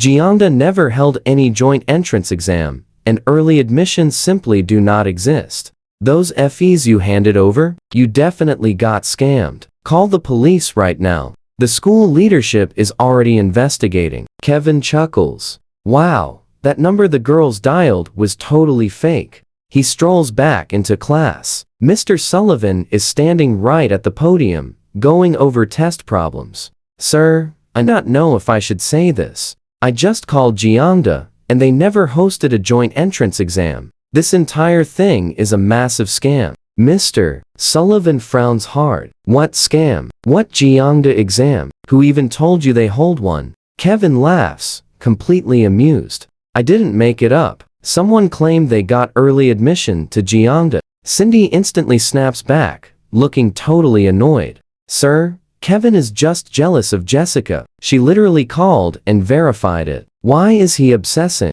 Kevin just laughs. Jealous of what, exactly? I just called and verified there is no entrance exam. They said those fees you paid were completely stolen by scammers. You took the test on campus because Gyeongda initially partnered with that education agency, and they never expected this kind of wild fraud to happen. The school leadership already reported this to the police, yet you are over here calling me jealous? Jealous? My foot. Jessica huffs, super annoyed. Didn't we just call and ask? Why are you being so annoying? Did Ethan Walker say something to you again? Mr. Sullivan was zoning out, but the second he hears Ethan Walker's name, he completely snaps awake. What? This involves Ethan Walker? What is happening here? Kevin then explains the whole situation. Mr. Sullivan frowns. There is definitely a problem, because, as far as I know, Gyeongda does not hold joint entrance exams. If they actually did, I would have absolutely told everyone. Jessica feels completely wrong. Sir, we literally just called the Gyeongda admissions office, and they said it was real. I cannot believe she trusts Ethan Walker's words. Cindy adds furiously. Exactly. If Ethan Walker told you to eat dirt, would you actually eat dirt? Kevin sneers. None of your damn business. I tried giving a warning out of pure kindness, and got cursed at. He turns right around, kicks the door open, and walks away.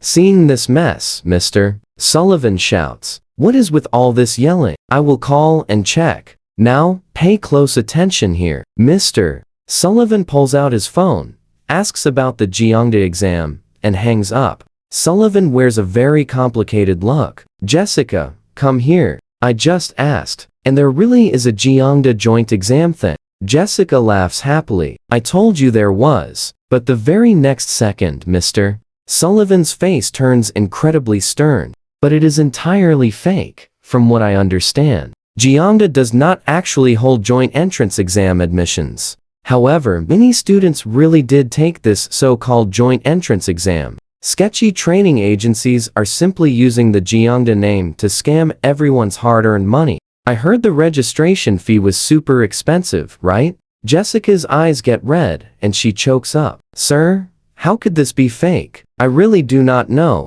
My mom paid all that money. Jessica tearfully explains everything. Mr. Sullivan is half amused and half annoyed. There is honestly no such thing as a free lunch in this world. Meanwhile, at Second High, the police have already arrived. Leo Carter nervously explains everything in detail. Miss Lambert quickly gathers all the victims from other classes, telling the parents to hit the police station to claim their rights. Leo finally returns to the classroom looking dejected, completely unable to face his classmates. You and I both saw this coming, right? He talked a massive game, but it was totally fake. The girls huddle up, gossiping. I heard a student at First High also discovered the scam. They refused to believe it at first, and a massive fight broke out in class. I grab my phone and see a text from Kevin. Damn, this feels amazing. Watching Jessica cry her way out of the office was incredibly satisfying.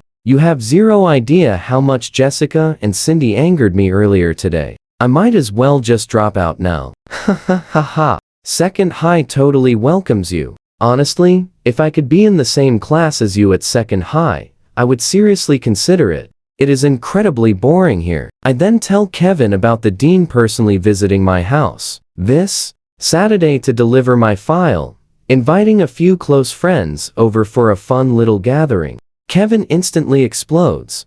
Wait, didn't the dean fight you? Plus, you completely beat up his son, yet he is personally delivering your file? That afternoon, Mr. Ross casually strolls right into the classroom. Ethan Walker, all set. Head to the second floor digital reading room shortly. Room 302. Do not be late. A curious crowd gathers. Why is the teacher calling you to the digital reading room? I calmly explain. The school invited me to share my creative journey. Trust me, You and I will want to see what happens next. Let's dive in together. Honestly, I thought this open class was no big deal, just an easy bluff. But stepping into room 302 on the second floor, total shock. The place is completely packed with year 1 and year 2 juniors. Mr. Ross smiles right beside me. You made it. The education board and all the school leaders are coming to watch us. This whole thing gets filmed and recorded today. Do not panic.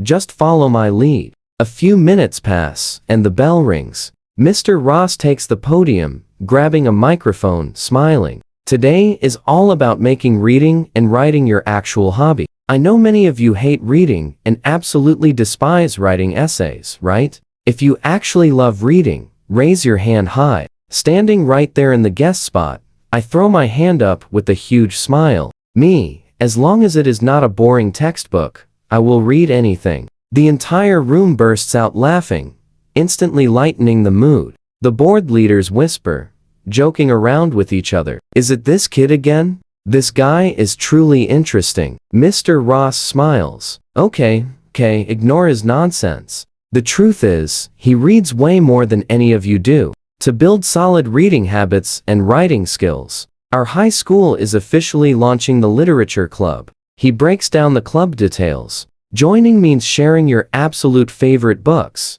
awesome novels, literary magazines, and all kinds of outside reading. You can meet like-minded friends and boost your writing skills while totally relaxing. Quick question for everyone. How many of you read Campus Dropout on the Second High Forum? Hands up. Every single junior raises their hand. Mr. Ross beams. See, you all love reading, just not boring textbooks. He smiles once again. Now pay attention. Who actually wrote Campus Dropout? Whispers ripple through the room before he smoothly continues. Please welcome our special guest, Ethan Walker, the famous author of Campus Dropout, straight from senior year 3, class 4. Walking up to the stage, absolute thunderous applause erupts. Every student in the crowd stares wide-eyed right at me. The second I step up, the room goes completely wild. Hey, everyone, I'm Ethan Walker from senior year 3. I goof off and honestly hate studying. Do not copy me, just look at the big screen.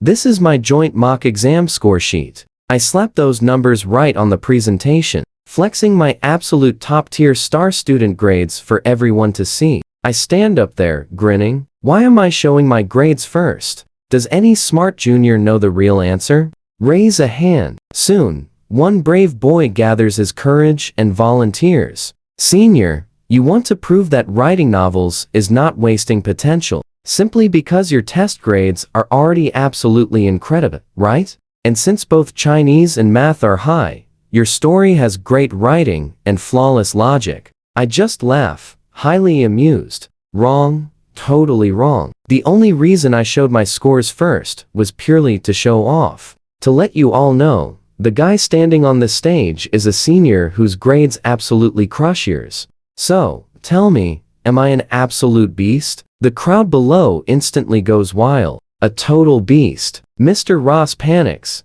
grabbing the mic with a nervous laugh. Hey, watch your language, especially you up there, Ethan.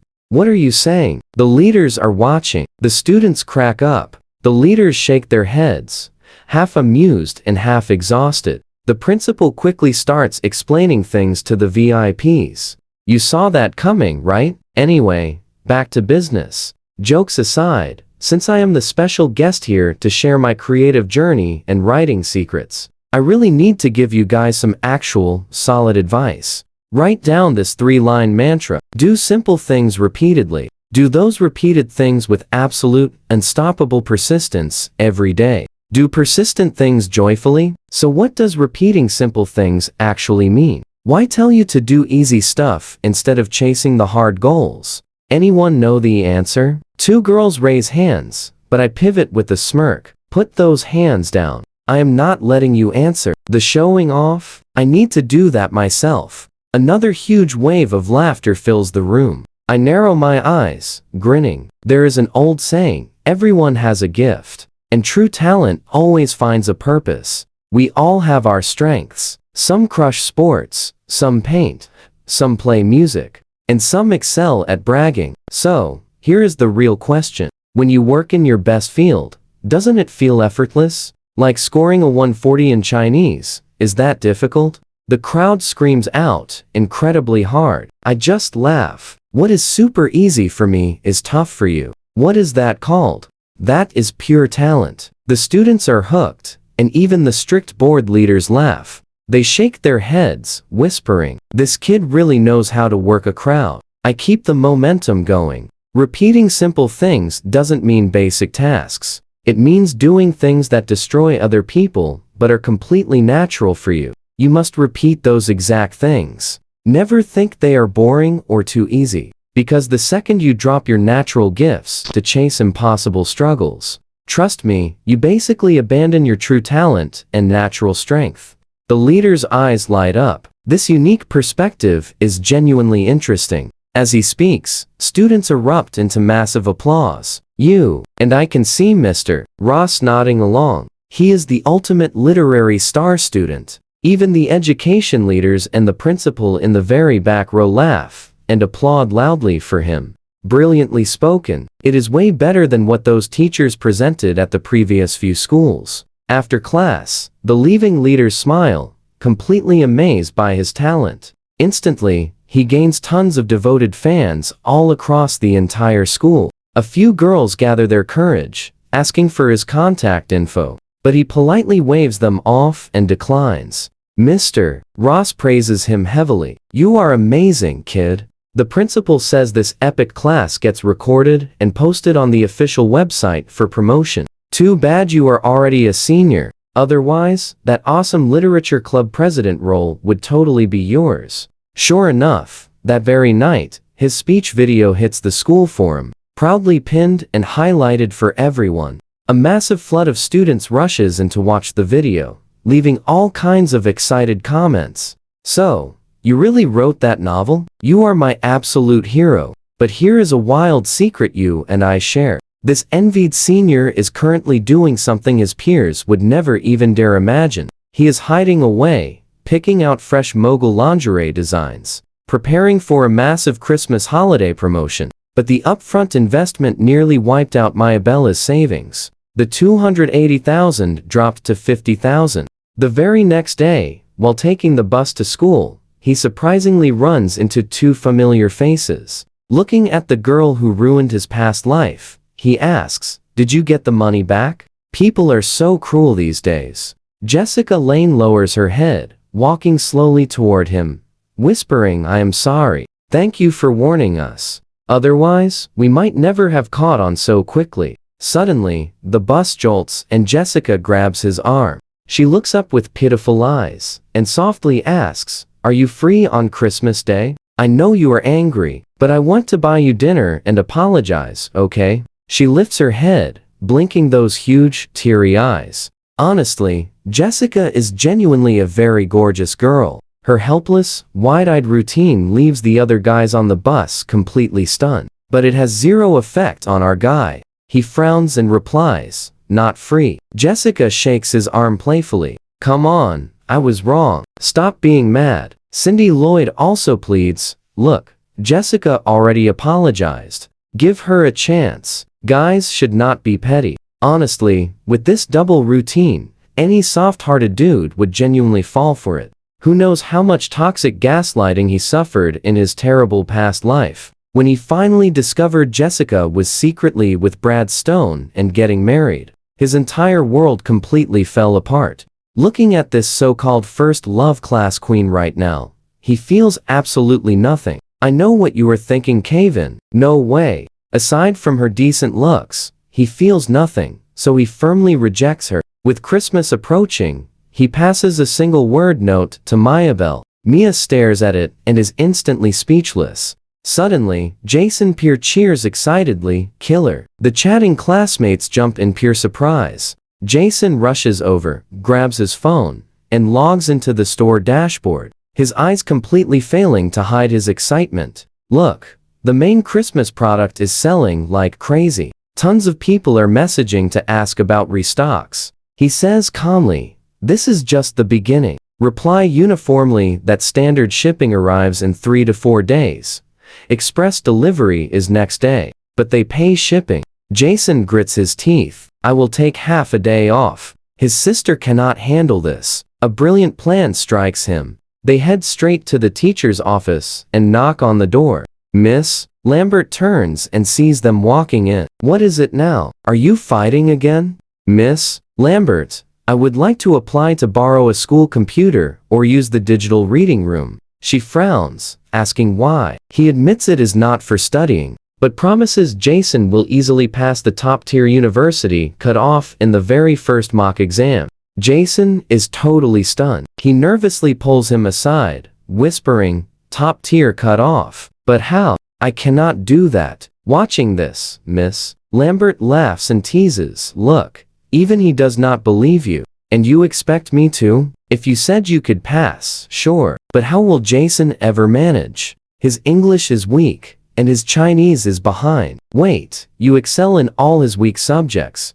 You will tutor him. Miss Lambert, not only will I tutor him, I will ensure he passes the top tier cutoff in the first mock exam. Miss Lambert rolls her eyes and laughs teasingly. It is not your call to make. What if he fails? Stick around. You and I will find out. Jason just grits his teeth. Let us dive right into this wild mess. I tell Miss Lambert I am taking leave. She is completely dumbfounded by us too. Can you two please just explain why you need this computer? If I deny this, leave, and deny that too, you guys honestly just going to skip your class?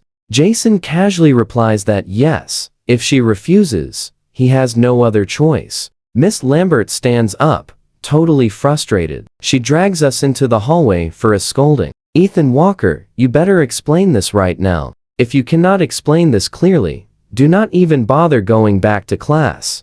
Honestly, Jason is looking super confused. He has absolutely no idea what I am planning. Even after I promised to help him crush the top-tier mock exam cutoffs, he is still 40 or 50 points away from the second tier. Right then, I suddenly speak up. Miss Lambert, I can tell you everything, but you must keep it a secret. She sighs helplessly. Fine, I promise. Just spill it. The next second, I open my Mogul lingerie online store and hand over my phone. Seeing those products, her face immediately turns bright red.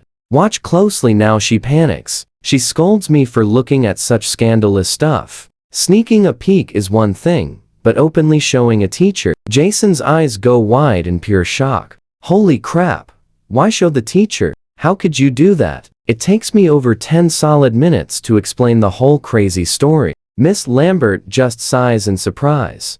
She says I genuinely shocked her. Being so incredibly young. Why open a store, all things? And why sell that exact kind of product? Thinking about those spicy Mogul lingerie photos, even she, as a grown adult, feels her cheeks flush. It is hard to imagine this kid is actually the owner. If Jason did this, she would be shocked, but it makes some sense. But it is me, the perfect model student, pulling this off. The contrast is just too crazy. I respond with a smile. Miss Lambert, this does not break any school rules at all, so whether you approve, come along with me here. We are pitching a crazy idea. Give him a school laptop so he can hustle during his breaks, lunch, and free periods. That way his grades stay completely safe. Sure, this is totally against protocol. At first high, I would never dare ask, but this is second high, and you are our awesome homeroom teacher.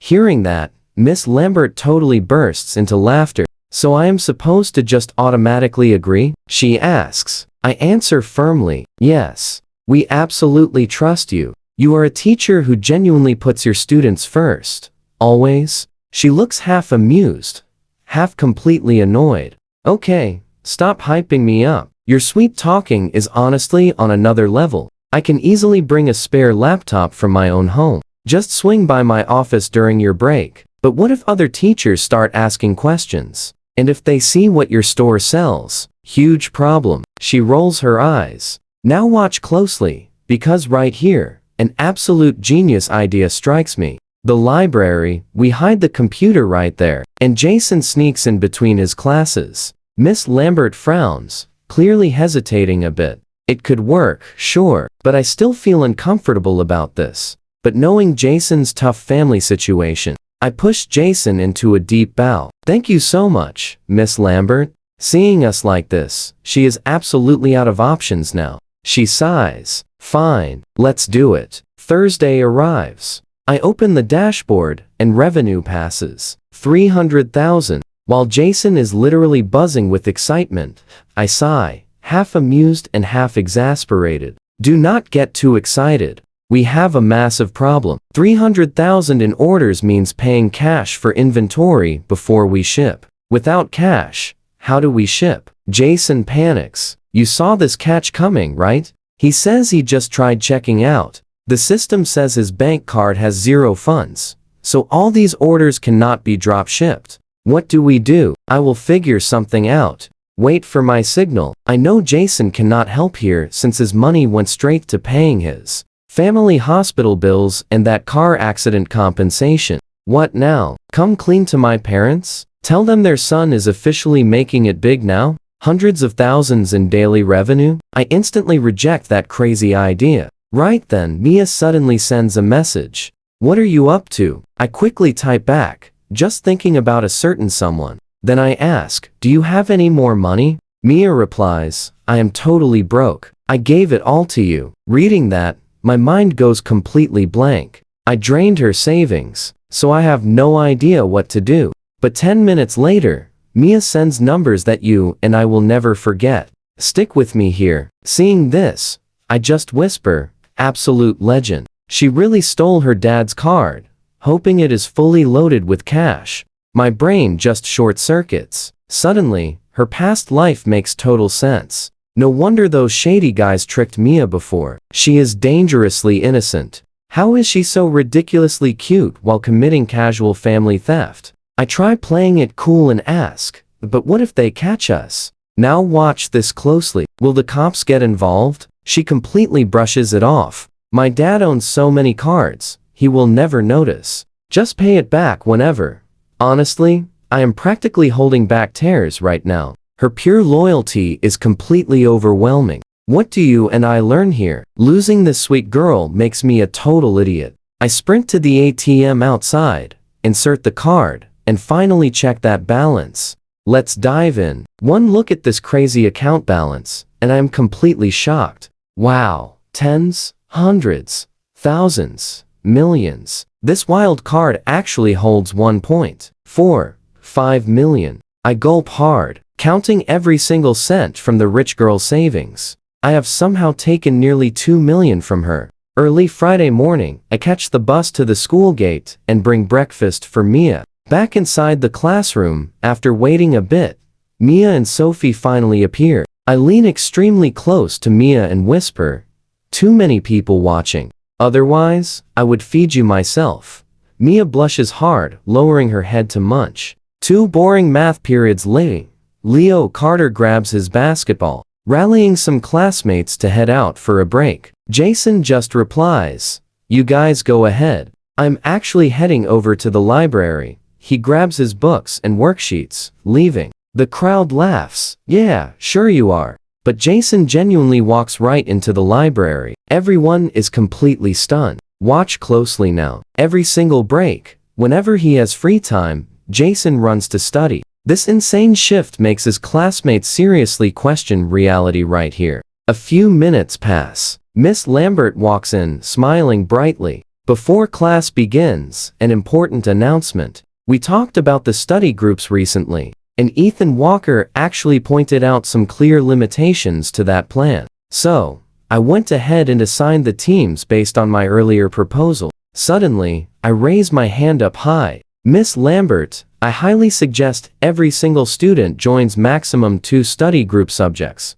This way, everyone's focus stays clear, and the student tutors are not overwhelmed. Otherwise, 30 or 40 classmates rushing to ask questions? Nobody can handle that. Miss Lambert looks incredibly pleased. Sure, let us do that. Meanwhile, down at the police station, those sneaky criminals are finally caught. A massive crowd of scammed parents gathers around the agency, loudly complaining about everything. Why do second high parents get their cash back? But we from Experimental and Huaxi High get nothing? The whole station totally erupts into chaos. A tired officer sighs and shouts out loudly, "First, your cash is not totally unrecoverable. We are trying, but it takes time. Second, since a second high student quickly reported this, we froze their bank cards immediately. But man, this agency is super clever. They cleverly split the school tuition fees into totally separate accounts.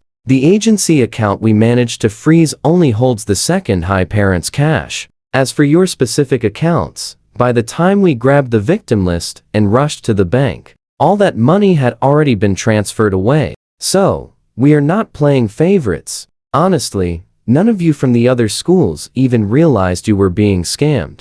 That other school just had one sharp student who caught on, saving all their cash. Do you understand now? Second high parents, do not thank me. If you want to thank anyone, thank the brilliant student who actually reported it. If that clever kid had not spotted the issue, your money would be transferred out too." The officer flips through the file records and reveals. The reporter is a high schooler named Ethan Walker. The victim registered is Leo Carter, a senior year 3 student from class 4 over at second high. So strange. Why is Ethan Walker listed under first high? The officer gasps in shock. A first high student seriously reported this for a second high kid. The parents are completely dumbfounded. Huh? First high parents are stunned. This is absolutely not right. You and I both know what happens next. These furious parents immediately team up and march straight to the school, demanding real answers. Half an hour later, over 20 angry people storm the first high gate, fiercely cursing until they finally reach the senior year 3 teacher's office. The teachers are terrified, while students watch curiously. Seeing this chaos, Miss Quinn quickly rushes to calm everyone. "Take it slowly. Who exactly are you looking for? Which class? And what report?" Several angry parents step forward, demanding loudly, "Do you know exactly which class Ethan Walker is in? That kid knew the Geongda exam was a total scam, yet he reported it for a second high student without warning anyone at first high. The police claim only second high money is safe. They said Ethan Walker goes to first high. So, who exactly is his homeroom teacher here? Step forward right now." Hearing this threat, Miss Quinn immediately grabs her phone and calls Mr. Sullivan, who soon hurries back to the office. He freezes. "Who is looking for me?" The angry parents rush and surround him. "That is where we leave it wild, right? You are Ethan Walker's homeroom teacher, right?